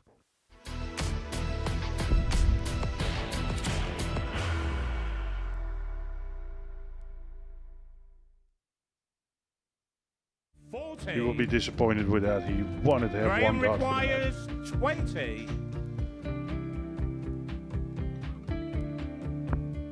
Graham Usher wins the first game of Champions Night, and it was an absolute ripper. He hit one of them on tops. He missed one on double 12. Which one is it? It's the hit. Outside opportunity for Andy Hamilton. Van der Velde should be getting a match start again here. He's already had one. Mr. Dart at tops for the match to win 4-1. And he dart at double 16, gets the job done there for Jurgen van der Velde. He gets over the line with a 4-2-6. Did he go for tops, or did he just overshoot the single? Jimmy doesn't care. Jimmy just looks to eat this up to make the semi-finals for the second time.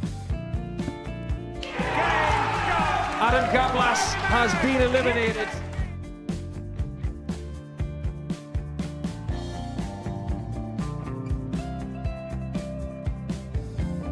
Keep us guessing. This time he's trying to leave double 18. He knows best, and he takes the lead. He is 2 darts away Jeff requires 86. from a Super Series final. He's 1 dart away. He doesn't need any more darts. Jeff Smith makes the Series 11 final.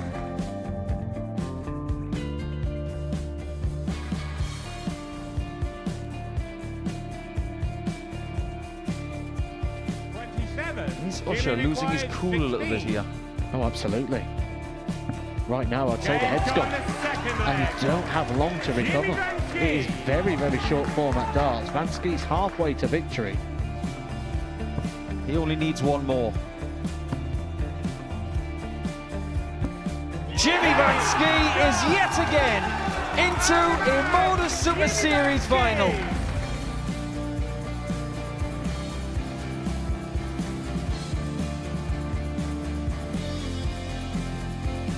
Flashback vibes. Can Jimmy Van Ski do the same? Just needs the 1 treble here on the 19s. Finds it. For the ball. 101. Oh, unlucky. A lot of pressure on it. He kind of split it. 2 darts for double 4 for the match. Game. Shot. And the Modus Super Series 11 champion, Jeff Smith.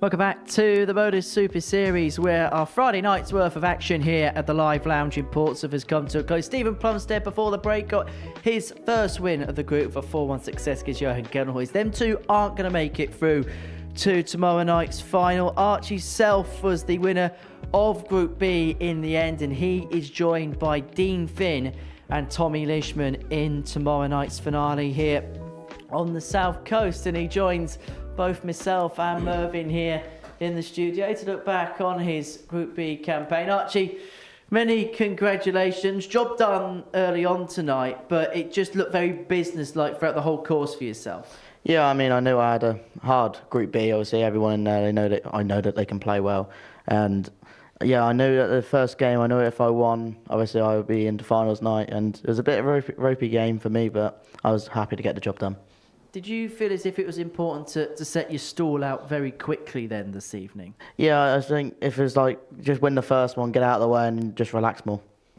In terms of the way he played from start to finish, you in commentary were very impressed by him, weren't you, Mervyn? I've been impressed by him all week, to be fair. I mean, as I said earlier, your first game against me on Monday, you're nervous, weren't you? You know? And since then, you've got better and better.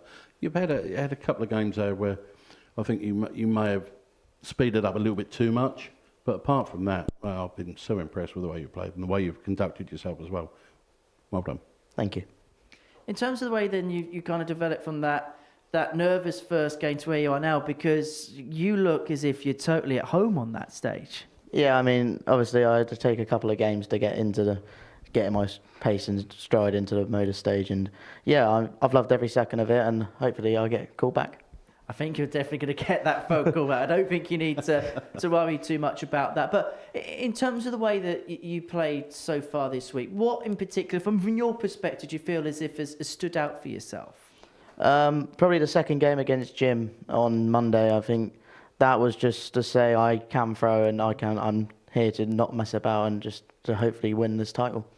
Was that a little bit of a point you felt like you kind of had to prove to yourself that whole, obviously we mentioned the fact that you're the youngest player to ever play here, but do you feel like with that there was a little bit of a weight of pressure? Yeah, I mean, obviously it was like I had to show people what I can do, and obviously just to say, they've not just added him because you don't know him, and yeah. You do it the right way though. You let your darts do the talking. You don't mouth off, you know. You got your feet on the ground. You're a very grounded young man, and you do the right things. You really do.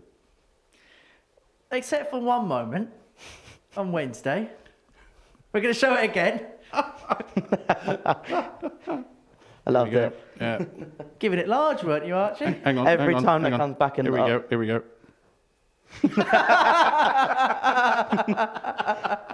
So every time that comes back up in the practice room, and I always point at Mervyn. I go, look at that.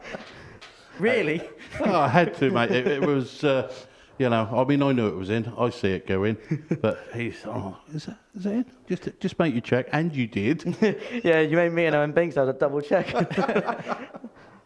Obviously, you would have seen a lot of players come through over the years. How does Archie stand out to some of the other players that you've kind of seen come through the ranks?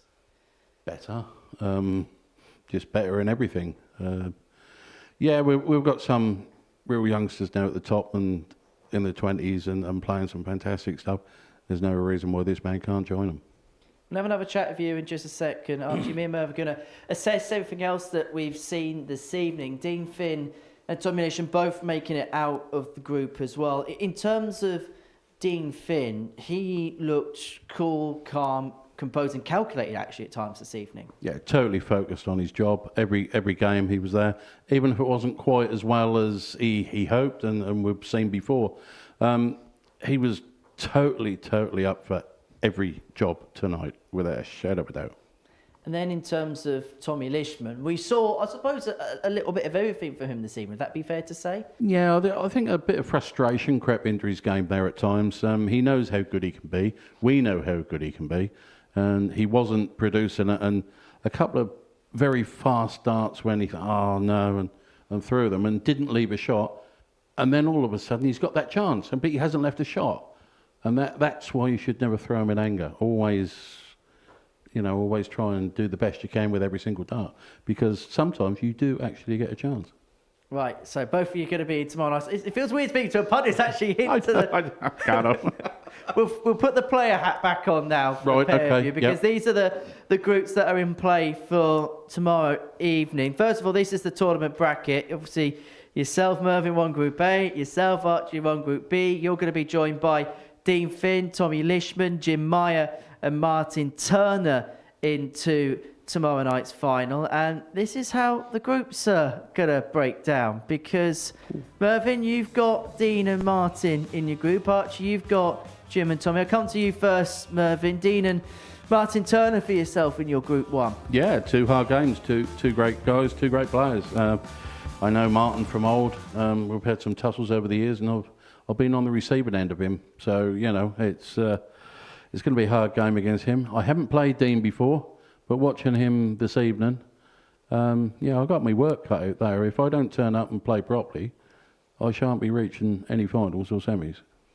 For yourself, Archie, Jim and Tommy in your group, the fact that you played both of them this week, does that give you a distinct advantage because you kind of know what you're going to expect from the pair? Yeah, like I've played Jim 3 times this week. I've got the 2-1 advantage going into tomorrow night, and it's the same with Tommy. I've got 2-0 advantage, and I'll be confident going into them games. In terms of yourself, obviously you could be playing in front of a crowd tomorrow. First things first, have you got a few coming down? I've been messaged by, my dad's told me I've got at least 8 or 9 or 10 people at least coming down. So yeah, it'll be a loud one here tomorrow night. Were you going to see anything showman-like, like the 110 we saw earlier? No chance. I did it because obviously Gary Mawson did it to me on Monday. Cheers for that, Gary. And look, it was only a clip of the 25 away from actually going, but for yourself, I remember we were in this studio last year when you won the WDF Boys World title, and I asked you about what does the future look like, and you said, as soon as I turn 16, I want to play at the Super Series. This is a little bit of dream stuff, this, isn't it? Yeah, it's a dream turned into reality, to be fair. I mean, I've always dreamt of playing it when I was 15, and when I won the qualifier back in January to play it, it was just brilliant. You can put the earplugs in if you want, Mervyn, because I'm going to ask you, what would it mean for you if you were able to be on the top step with the trophy tomorrow? Would it be up there with that Lakeside title? 100%. I mean, it's one of the biggest tournaments of the week things I think is in darts at the moment, apart from PDC and WDF. It's just brilliant. I know you're going to be all out to stop him, but what a story he's been this week, Archie. Yeah, he's breath of fresh air. You know, we need more like him in the sport. I mean, my days are numbered. I'm going to stick around at a bad penny as much as I can. I think I've still got plenty to offer the sport. That's why I keep playing. But I'm under no illusions that if I don't turn up and play properly, then that's not happening tomorrow.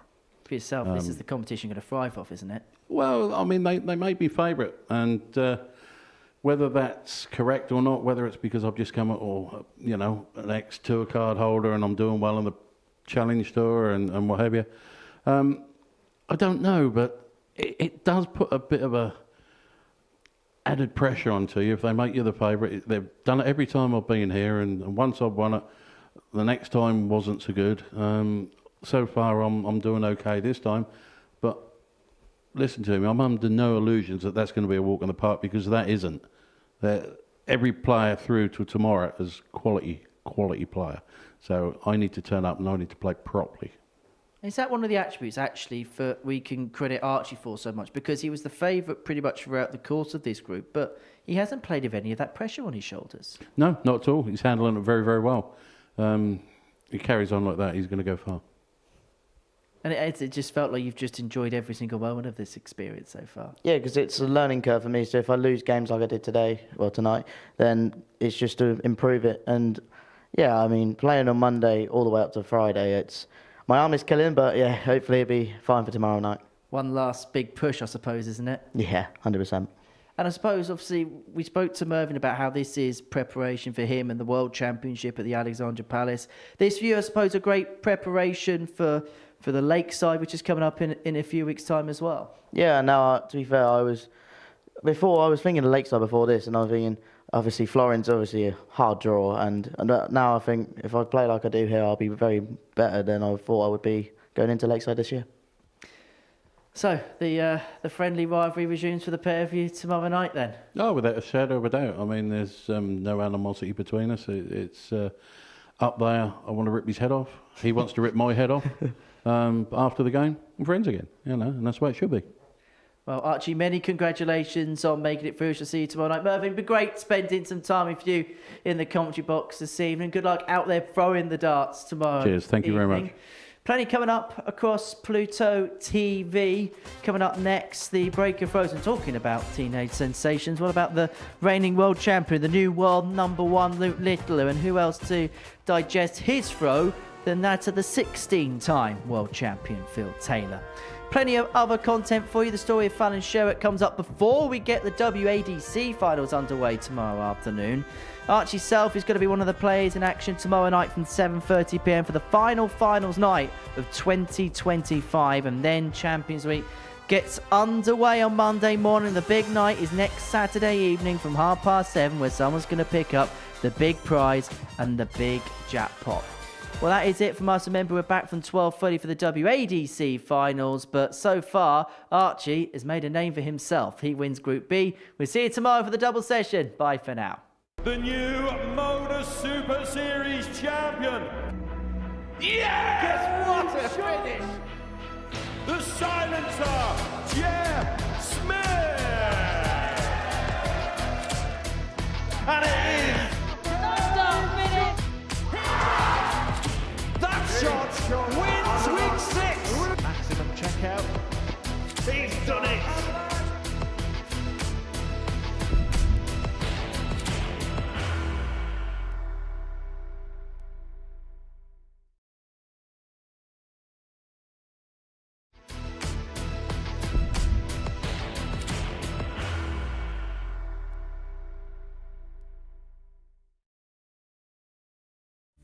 You will be disappointed with that. He wanted to have Graham one dart. requires 20.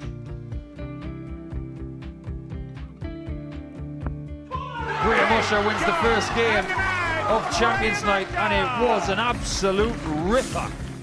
He hit one of them on tops. He missed one on double 12. Which one is it? It's the hit. Outside opportunity for Andy Hamilton. Van der Velde